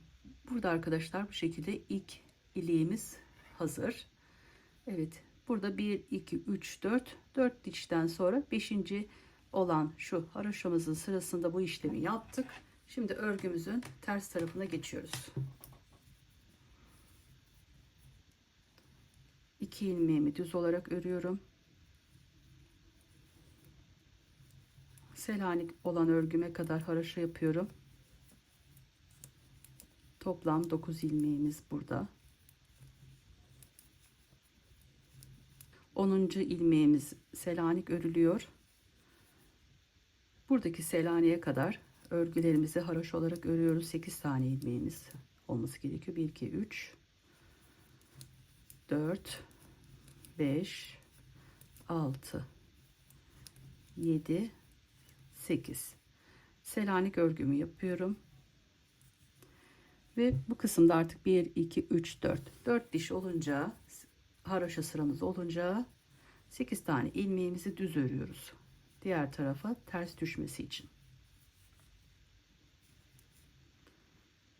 2 4 5 6 7 8. Bu örgümüzün iki tarafında da Selanik örgümüz var. Selanik örgümde yaptım. Kalan 12 ilmeğimi haroşa örüp bu sıramı tamamlıyorum.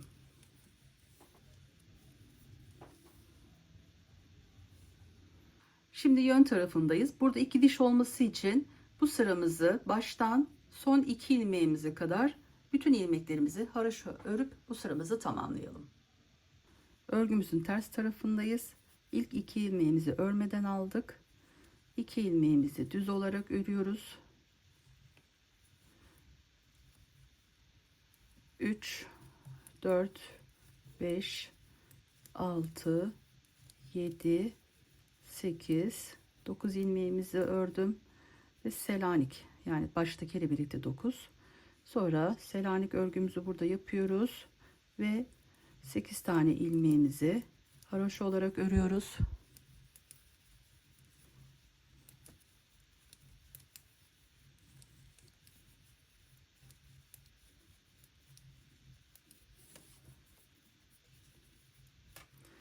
Selanik örgümüzü yapıyoruz.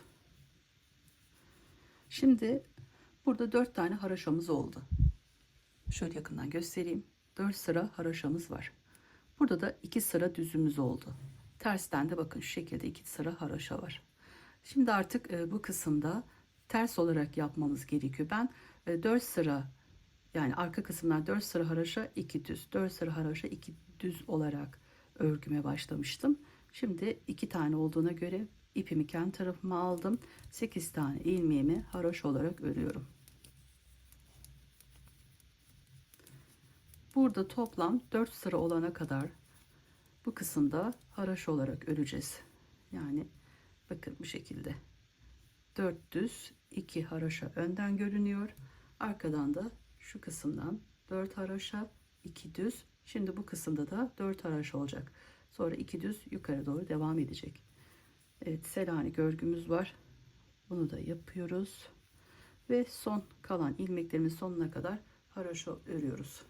Örgümüzün ön tarafındayım. İlk ilmeğimizi örmeden şişeme taktım. 2 3 4 5 6 7 8 9 10 11 12 ve 13. 13 ilmeğimizi haroşa olarak ördük. Şimdi bu kısımda düz örmemiz gerekiyor. 8 tane ilmeğimizi düz örüyoruz.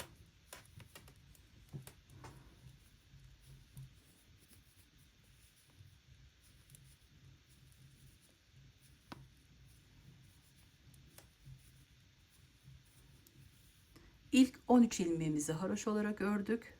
8 ilmeğimizi düz olarak ördüm ve kalan ilmeklerimi son 2 ilmeğime kadar haroşa olarak örüyorum. 2 ilmeğimi örmeden şişime alıyorum bu sırada.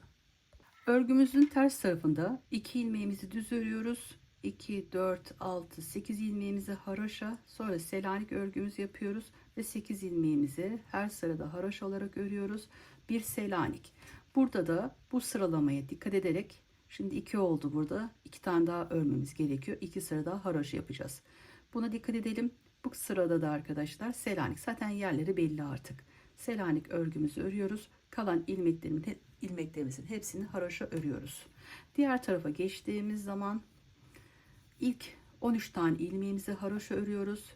Burada düz örmemiz gerekiyor. Çünkü 4 tane düz oluyor. Sonra 4 düzden sonra 2 tane haroşa olacak bu kısımda. Burada da sonuna kadar, son 2 ilmeğimize kadar haroşa örüyoruz. Son 2 ilmeğimizi ip kendi tarafımızda olacak. Örmeden şişimizi alıyoruz. Şimdi şurayı saydığımız zaman 1 2 3 diş oldu. Bu 10 diş olduktan sonra 11. sıramızda, buradaki 11. sıramızda şurada yapmış olduğum işlemi yapacağım. İlk 1 2 3 4 tane haroşam var. 5. sıramda, haroşamın sırasında ilmeğimi kurdum. Sonra şuraya geçelim. 1 2 3 4 5 6 7 8 9 10 olacak. 11. sırada ilmeğimizi kuracağız. Bu şekilde 10 aralarda 10 sıra olacak. 11. sırada ilmeğimizi kuracağız. Toplam 1'i yaptık. 2 3 4 5.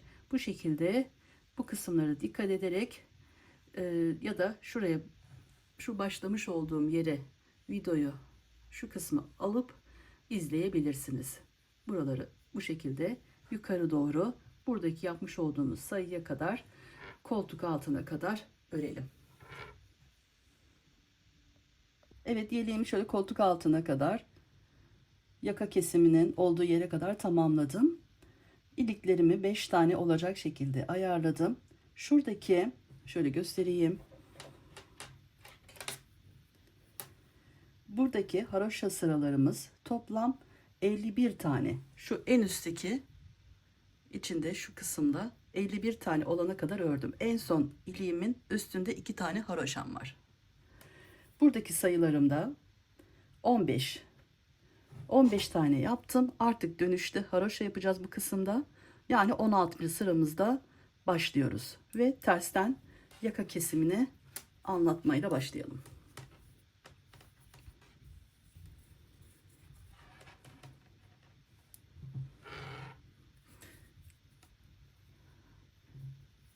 Bu kısımda buradan kesimine başlamıştık.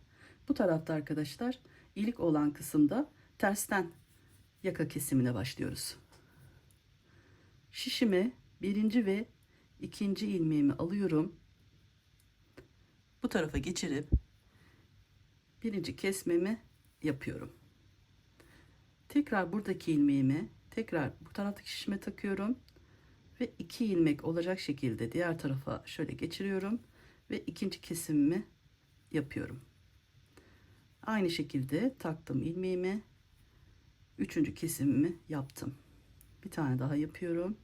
Toplam 4 tane ilmeğimizi burada bu şekilde kesmiş olduk.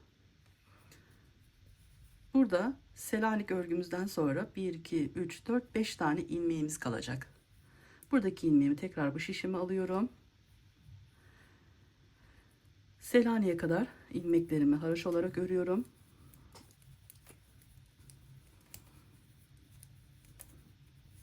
Selanik örgümüzü yapıyoruz. Evet, bu kısımda da artık burayı da yaka kesimini şuradan yaptığımız gibi, bu tarafta yaptığımız gibi buradan 2 tanesini şöyle şişime, ilk kendi tarafımda bir ve ikinci ilmeğimi alıp burada sayımın bir tanesini eksiltmiş oluyorum. Çünkü bu kısım komple artık bitireceğiz ve bu şekilde yaka kesimimiz burada olacak. Evet, buradaki ilmeklerimi haroşa olarak örüyorum. Birinci kesimimizi ve yaka kesimimizi burada başlamış olduk. Selanik örgümü yapıyorum. Burada 1 2 3 4 diş haroşamız olduğuna göre bu kısmı haroşa olarak düşmesi için 8 ilmeğimizi düz olarak örüyoruz.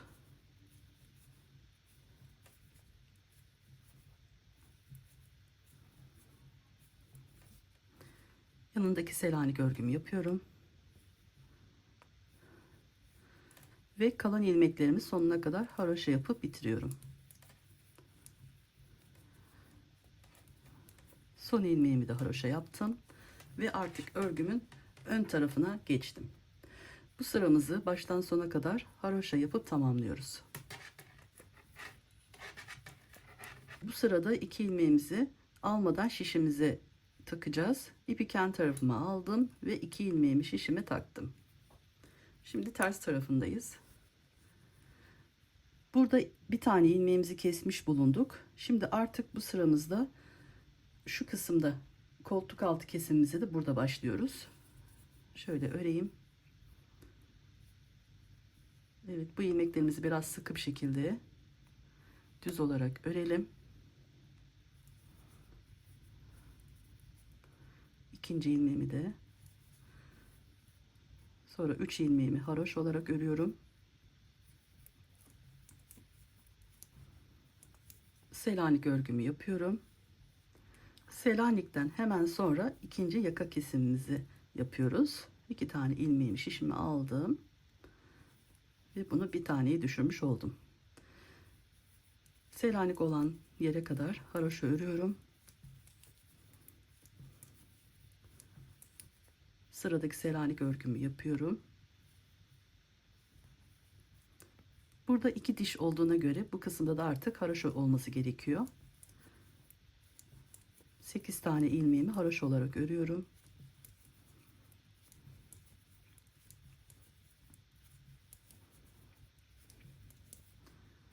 Selanik örgümü yapıyorum. Bu kısımda buradaki gibi 5 tane ilmeğimiz kalacak. 1 2 3 4 5. 5 ilmek kalacak. Bunun yanındaki ilmeğimiz düz örülecek ve bu taraftaki 2 ilmeğimiz kesilecek. Toplam şöyle 2 4 5 kenarı için bir tane düz. O zaman burada 6 ilmeğimiz var.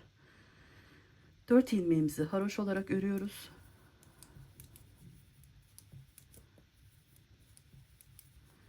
5 ve 6. ilmeğimizi kesip yanındaki ilmeğimizi düz olarak örüyoruz bu şekilde. Sonra bu kısımlarda hep Selanik öreceğiz. Burada 5 tane ilmeğimiz var. Bunları da 2 3 tane ilmeğimi haroşa olarak örüyorum. 2 ilmeğimi ipi kendi tarafıma aldım. İkisini örmeden şişimi taktım. Artık bu kısımda ve burada aynı işlemleri yapacağız. Yani şuradaki ve şu kısımlar aynı olacak. Evet, diğer tarafına geçtim. Birinci ilmeğimi düz örüyorum.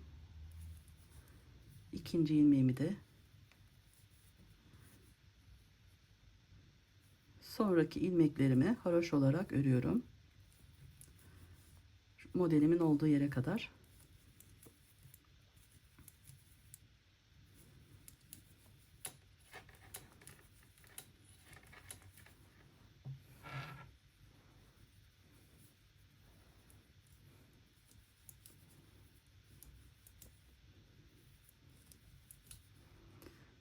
Buradaki 8 ilmeğimizi düz olarak örüyoruz.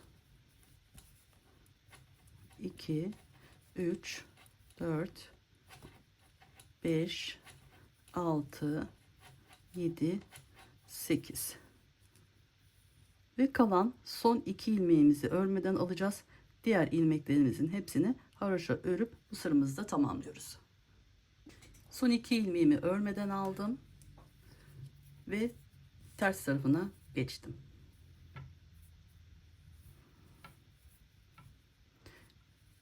2 ilmeğimi düz olarak örüyorum.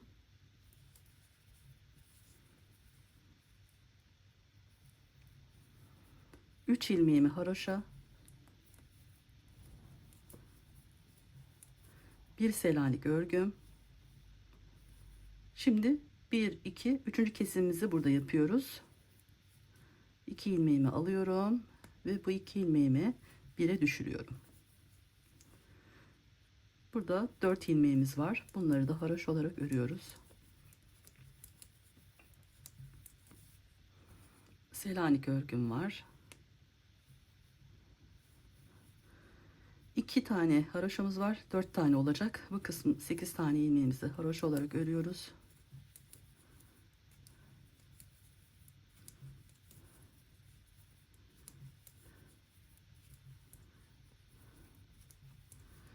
Selanik örgümü yapıyorum. Şurada düz ördüğüm yer var. Düz ördüğüm yerin bir öncesi 2 tane ilmeğimi keseceğim. 1 2 3 tane ilmeğimi haroşa olarak ördüm. 2 ilmeğim var.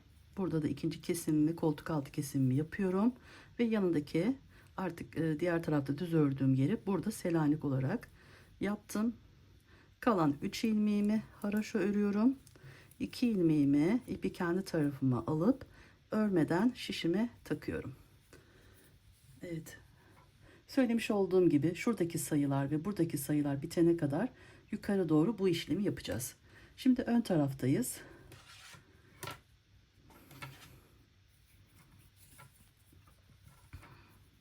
İlk 2 ilmeğimi düz örüyorum.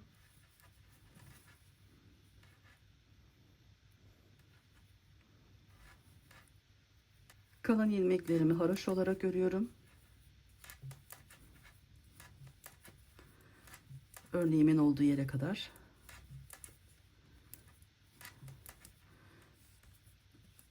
Modelimin olduğu yerdeyim. Burada arkaya bakıyoruz. 3 diş var. O zaman bu kısmı da düz olarak örmemiz gerekiyor.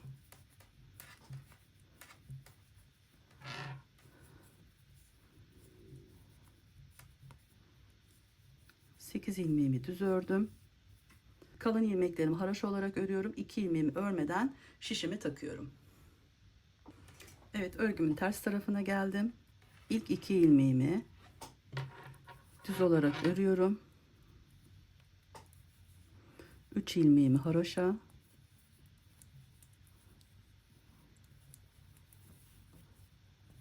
Selanik örgümü yapıyorum. Evet, bakın burada Selanik'e kadar 2 4 5 ilmeğimiz kalmış. İpi kendi tarafıma alıp 2 ilmeğimi şişime takıp burada kesimimi yaptım. Kalan 3 ilmeğimi haroşa olarak ördüm ve Selanik örgümü yapıyorum. Burada 4 diş haroşamız var. Bu sırada 8 tane ilmeğimizi düz olarak örüyoruz. Diğer tarafta yapmış olduğumuz işlemleri uyguluyoruz. Selanik örgümü yapıyorum ve 1 2 tane ilmeğimi haroşa olarak ördüm. Burada Selanik örgümden önceki ilk burada Selanik örgümden önce 2 tane ilmeğim var. Bunları bırakıyorum. Altta 1 ve ikinci sıramızı yapmışız. Bu sırada da üçüncü kesimimizi yapıyoruz ve Selanik örgümüzü yapıp koltuk altı kesimimizi yaptık.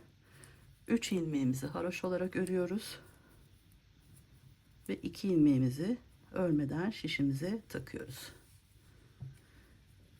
Bu sırada son 2 ilmeğimize kadar bütün ilmeklerimizi haroşa örüp tamamlıyoruz. Evet, örgümün ters tarafına geçtim. İlk 2 ilmeğimi yine aynı şekilde alıyorum. 3 ilmeğimi haroşa olarak örüyorum. Selanik örgümü yapıyorum. Selanikten sonra 2 tane ilmeğimi şişime takıp bunu 1'e düşürüyorum. Yanındaki 2 ilmeğimi de haroşa olarak örüyorum. Toplam 3 ilmeğimiz kaldı burada. Selanik örgümü yapıyorum. Burada 2 diş olduğuna göre bu kısımda haroşa yapmam gerekiyor. 8 ilmeğimi haroşa olarak örüyorum.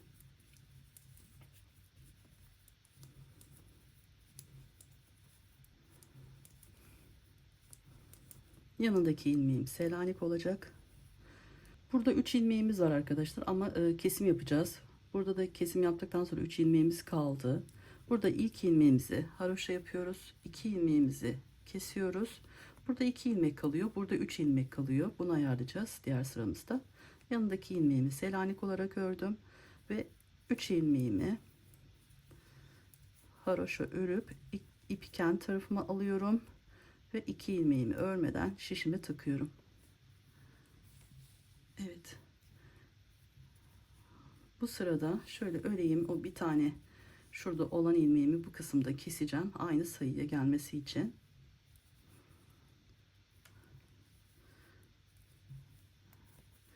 İki ilmeğimi düz ördüm.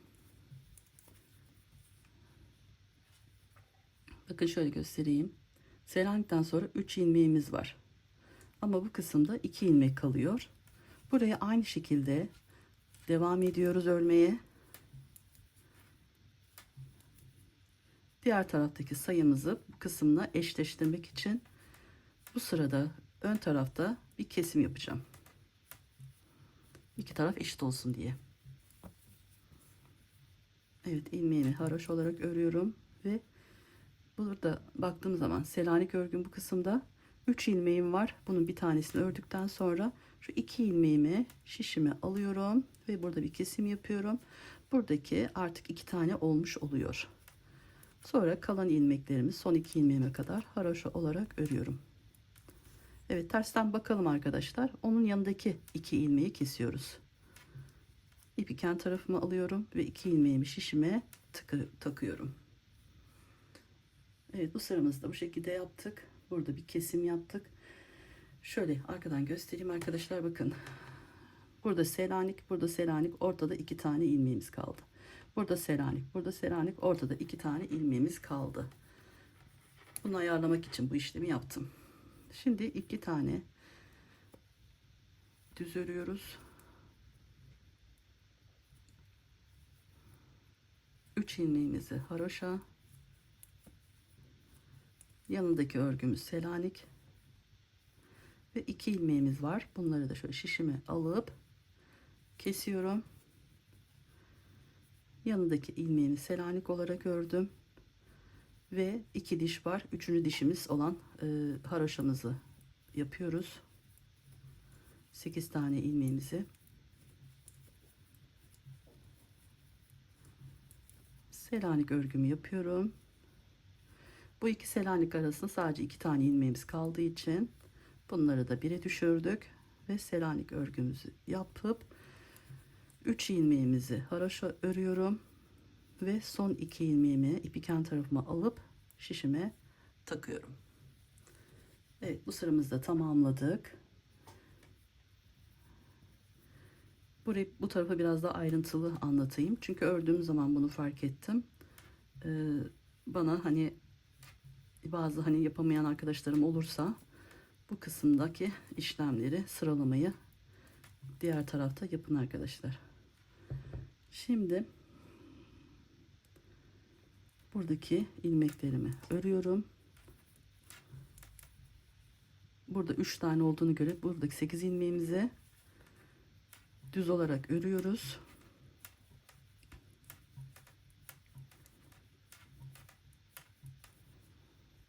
Yanındaki ilmeğim haroşa ve onun yanındaki de buradaki ilmeklerimi de son 2 ilmeğime kadar haroşa olarak örüyorum.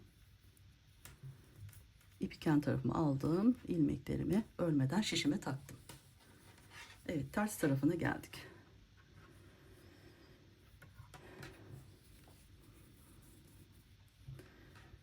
Evet, burada isterseniz şuradaki Selanikleri yukarı doğru devam edebilirsiniz. İsterseniz şuradaki kısımlarını. Bu tarafında arkadaşlar şöyle bakalım. Şu tarafa koymuş oluyoruz. Şu an tersi. Ben şu şekilde kenardakileri koymuşum. Şimdi burayı yapacağız. Yine aynı şekilde 1. ve 2. ilmeğimizi örüyoruz. 3 ilmeğimiz haroşa. Bu 5 ilmeğimiz kenarda sabit olacak. Buradaki Selanik örgümüzü devam etmişiz. Bu kısımda bakın. Burada da aynı şekilde Selanik örgümü yapıyorum. Ve sonraki artık şunu burada bitireceğim. Buradaki ilmeğim ve yanındaki ilmeğimi alıp 1'e düşürdüm. Bu kısımda düz örüyorum.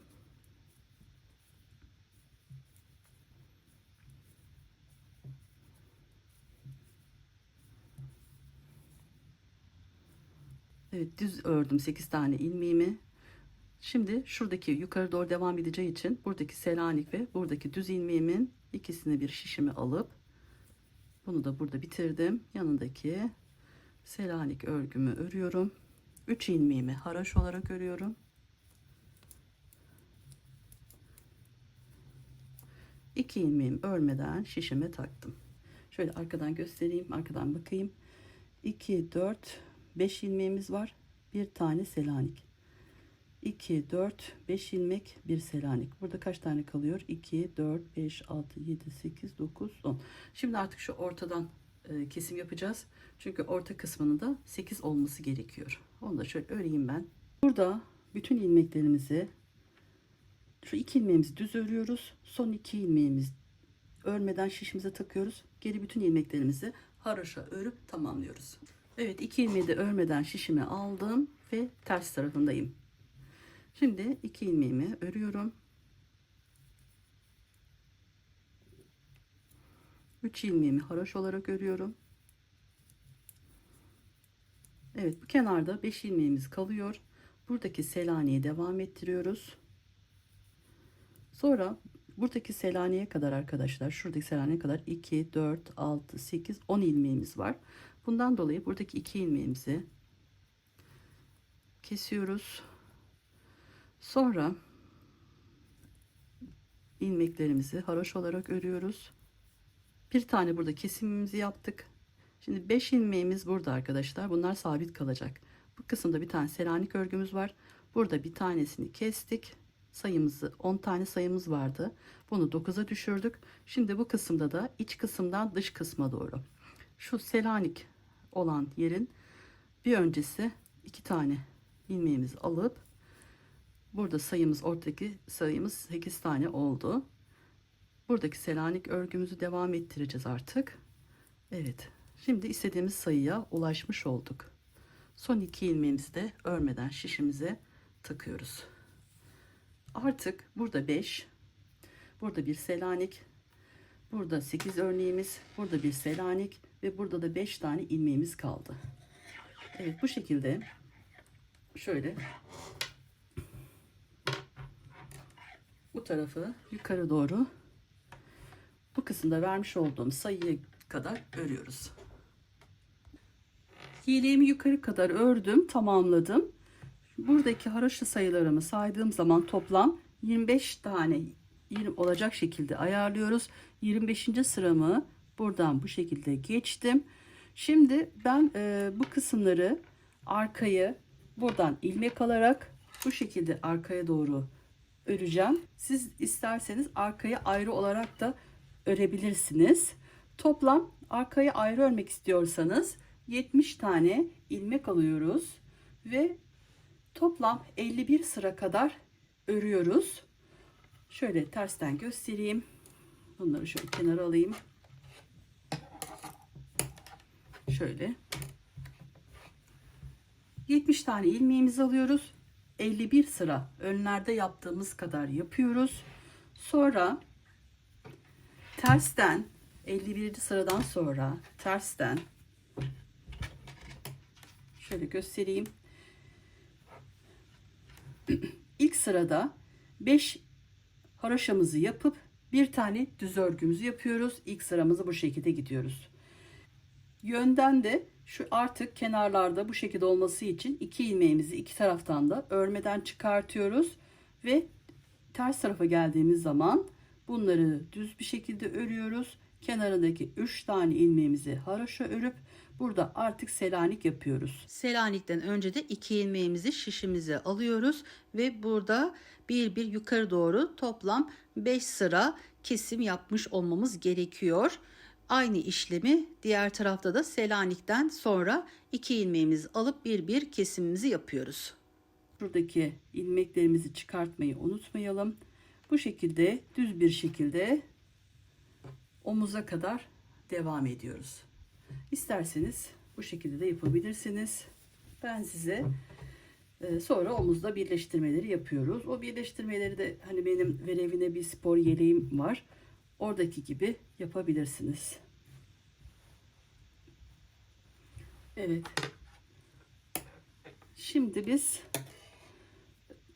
buradan ilmek alacağız arkadaşlar. Şu kısımdan ilmek alıp buradaki diğer tarafı da birleştirip arkayı öreceğiz. Bunun için burada 20 tane ilmeğim var. Buraya şöyle parmağımı ipimi doluyorum ve buradaki ilmeklerimden şişime bu şekilde 20 tane takıyorum. 20 tane ilmeğimizi alıyoruz ve 20 ilmek aldım. Artık bunu bu tarafa yapacağız. Burada da şişimiz, ilmeğimiz tabi burada bitmişti. Bütün hepsini çıkartıp bu kısımda, yani şu şekildeydi arkadaşlar. Şişimizi çıkarttım ve bu kısımdan taktım. İpimiz burada. Şimdi parmağımı ipimi doluyorum ve bu kısımdan örmeye devam ediyorum. Şöyle ilk ilmeğimi çıkartıp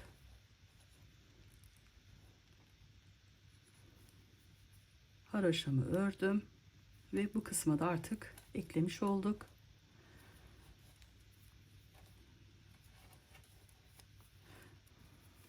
Evet, buradaki ilmeklerimizi haroşa ördük. Artık burada şu şekilde düz yapmıyoruz. Artık örgümüzü, modelini burada bitirdik. Hepsi haroşa olacak şekilde örüyoruz. Tüm ilmeklerimi haroşa olarak örüyorum. Bu tarafta kesmiş olduğum ipimdeyim. Bu ikisini bir düğüm yapıyorum.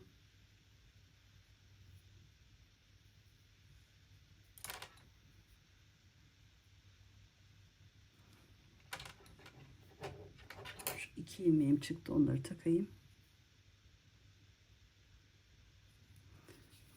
Son 2 ilmeğim kalınca burada ipim vardı, onu da düğümümü yaptım.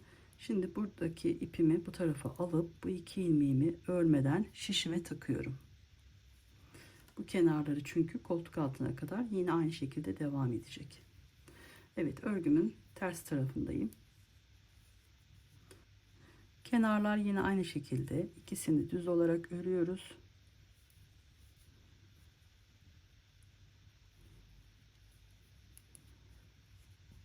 Yanındaki ilmeğimiz haroşa, onun yanındaki ve onun yanındaki Selanik olan örgümüze kadar haroşamızı ördük. Burada Selanik örgümüzü yapıyoruz. Bu kısımda yine böyle koltuk altına kadar devam edecek ve ilmeklerimizi haroşa olarak örüyoruz.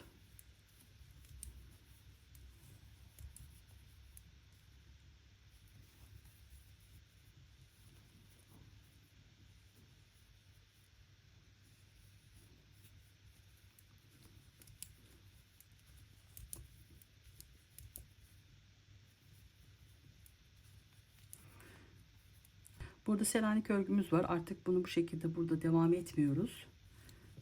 Haroşa örüyoruz arkadaşlar. Bunu karıştırmayalım.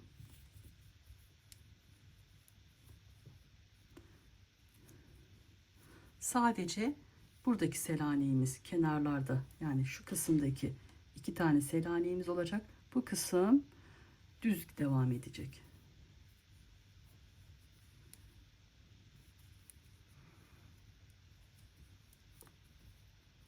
Evet, bu şekilde ilmeklerimi almış olduğum yere geldim.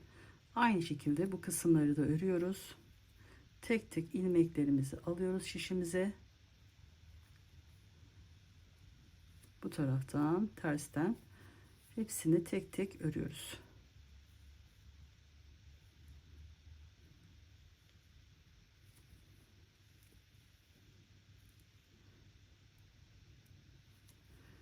Evet.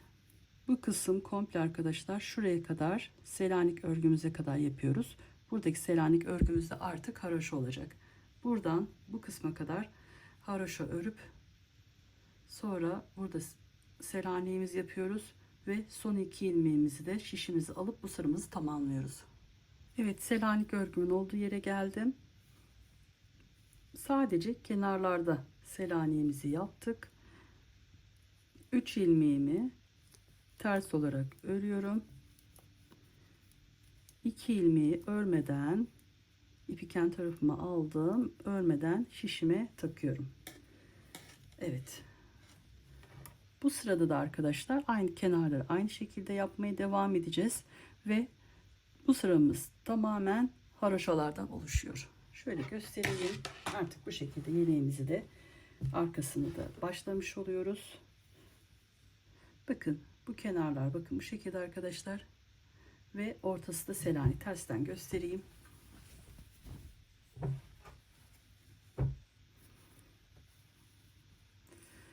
Evet. Bu kısım buradan şu şekilde devam ediyor. Selaniklerimiz. Kenarlar da aynı şekilde olacak. Burada aynı şekilde buradan bu kısma kadar böyle devam edecek. Evet, buralarda Selanik örmeyi, kenarları 2 ilmeğimizle örmeden takıp diğer tarafta örüyoruz. Aynı şekilde şöyle birkaç sıra şuraya kadar, şu kısma kadar arkadaşlar bunu yapıyoruz. Örgümüzü buraya kadar devam ediyoruz. Sonra bu kısımlarda birer birer ilmeklerimizi alacağız. Selanik'imizi de yapacağız. Koltuk altına gelince artık kenarlarda Selanik yapmayı da bırakacağız. Komple aşağı kadar düz devam edeceğiz. Arka tarafını şu şekilde ördüm. Burada kesimimizin bitmiş olduğu yere kadar arkadaşlar buradaki sayıyı vereyim size. Toplam şuradaki haroşalarımızı sayıyoruz. 23. sıra kadar ördüm. En son burada görülen haroşa sıram 23. sıra. Evet, katladığımız zaman bu şekilde. Şimdi artık 5 tane bu kısımda arttırmamız gerekiyor. 5 tane de bu kısımdaki şuradaki sayıya ulaşalım. Evet, bunun için buradaki yine aynı şekilde ilmeklerimiz kenarlardan devam edecek. Koltuk altına kadar hepsi aynı olacak. Sonra 3 ilmeğimi haroşa olarak örüyorum. Burada Selanik örgümü yapıyorum ve bir tane şişime ilmeğimi alıp ilk birinci arttırmamı yapıyorum. Sonra diğer Selanik'imin şu kısmına kadar, Selanik'ten önce tekrar bir arttırma yapacağız. Buraya kadar bütün ilmeklerimi haroşa olarak örüyorum.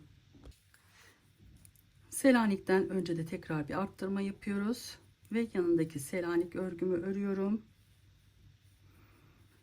3 tane haroşa yapıyoruz. İpi kendi tarafımı alıp 2 ilmeğimi örmeden taktım. Bu kısımda arkadaşlar bu ikisini aynı şekilde öreceğim. Önden düzden 2 ilmeğimi öreceğim. Sonra bütün ilmeklerimi haroşa olarak öreceğim. Son 2 ilmeğimi örmeden şişime takacağım. Evet, bu sıramı da bu şekilde tamamlıyorum. Son 2 ilmeğimi örmeden şişime aldım. Şimdi örgümün ters tarafındayım. Bir alt sırada bir tane arttırmamızı yaptık. Şimdi 2 tane ilk ilmeğimizi ve ikinci ilmeğimizi düz olarak örüyoruz. Yanındaki 3 ilmeğimizi haroşa örüyoruz.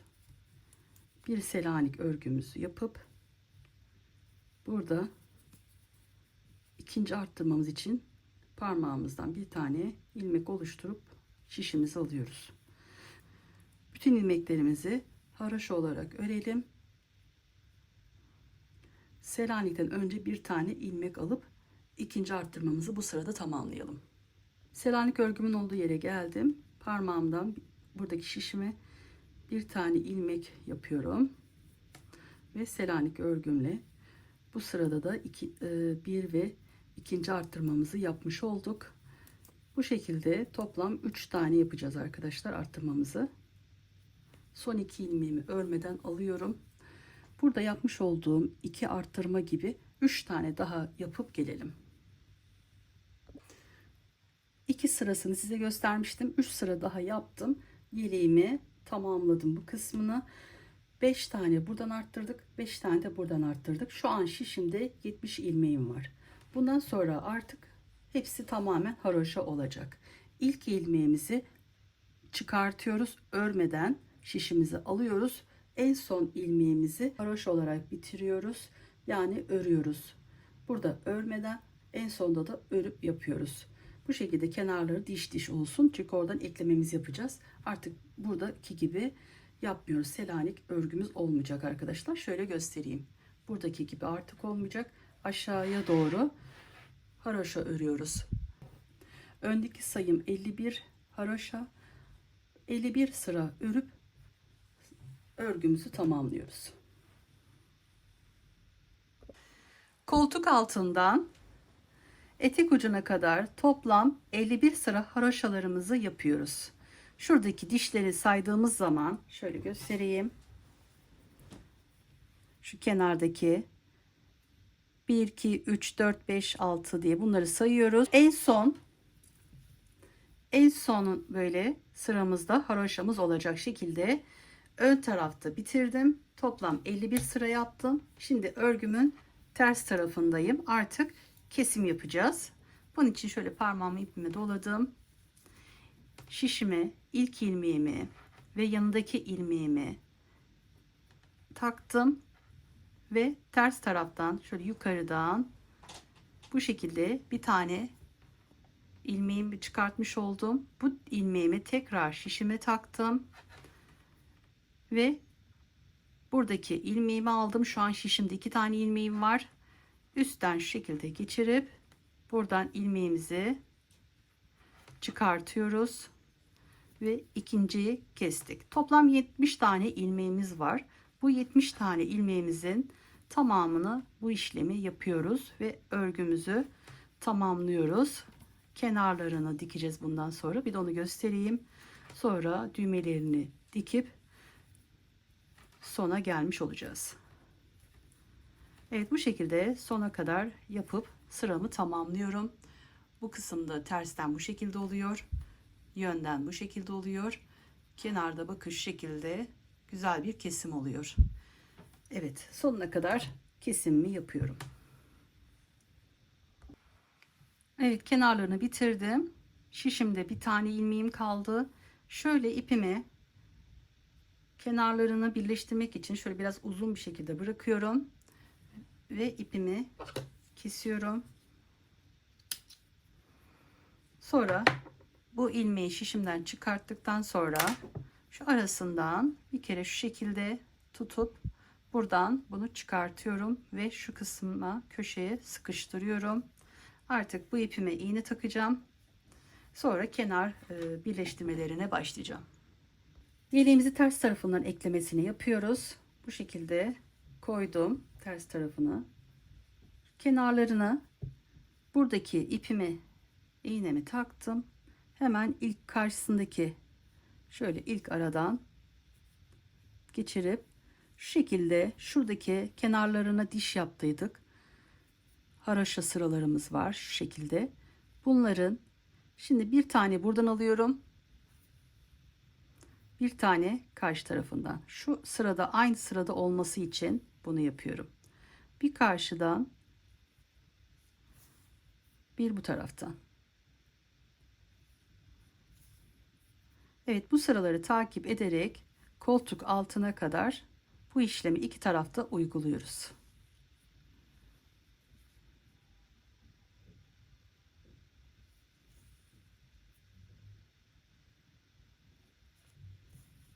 Bakın şu şekilde olacak.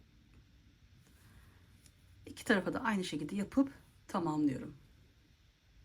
Bir tarafının kenar kısımlarını yaptım. Bu şekilde düzgün oldu.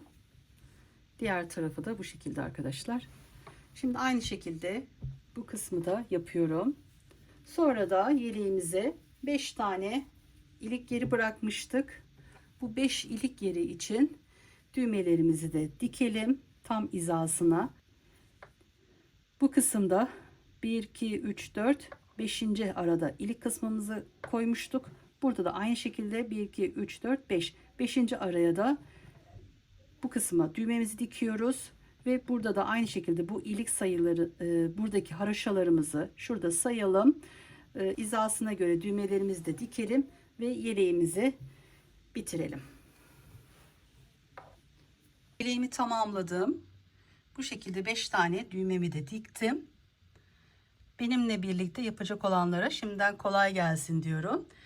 Yorumlarda da yaptıysanız arkadaşlar belirtirseniz ben de haberdar olurum. Güzel yorumlarınızı da bekliyorum. Kendinize iyi bakın. Allah'a emanet olun. Hoşça kalın.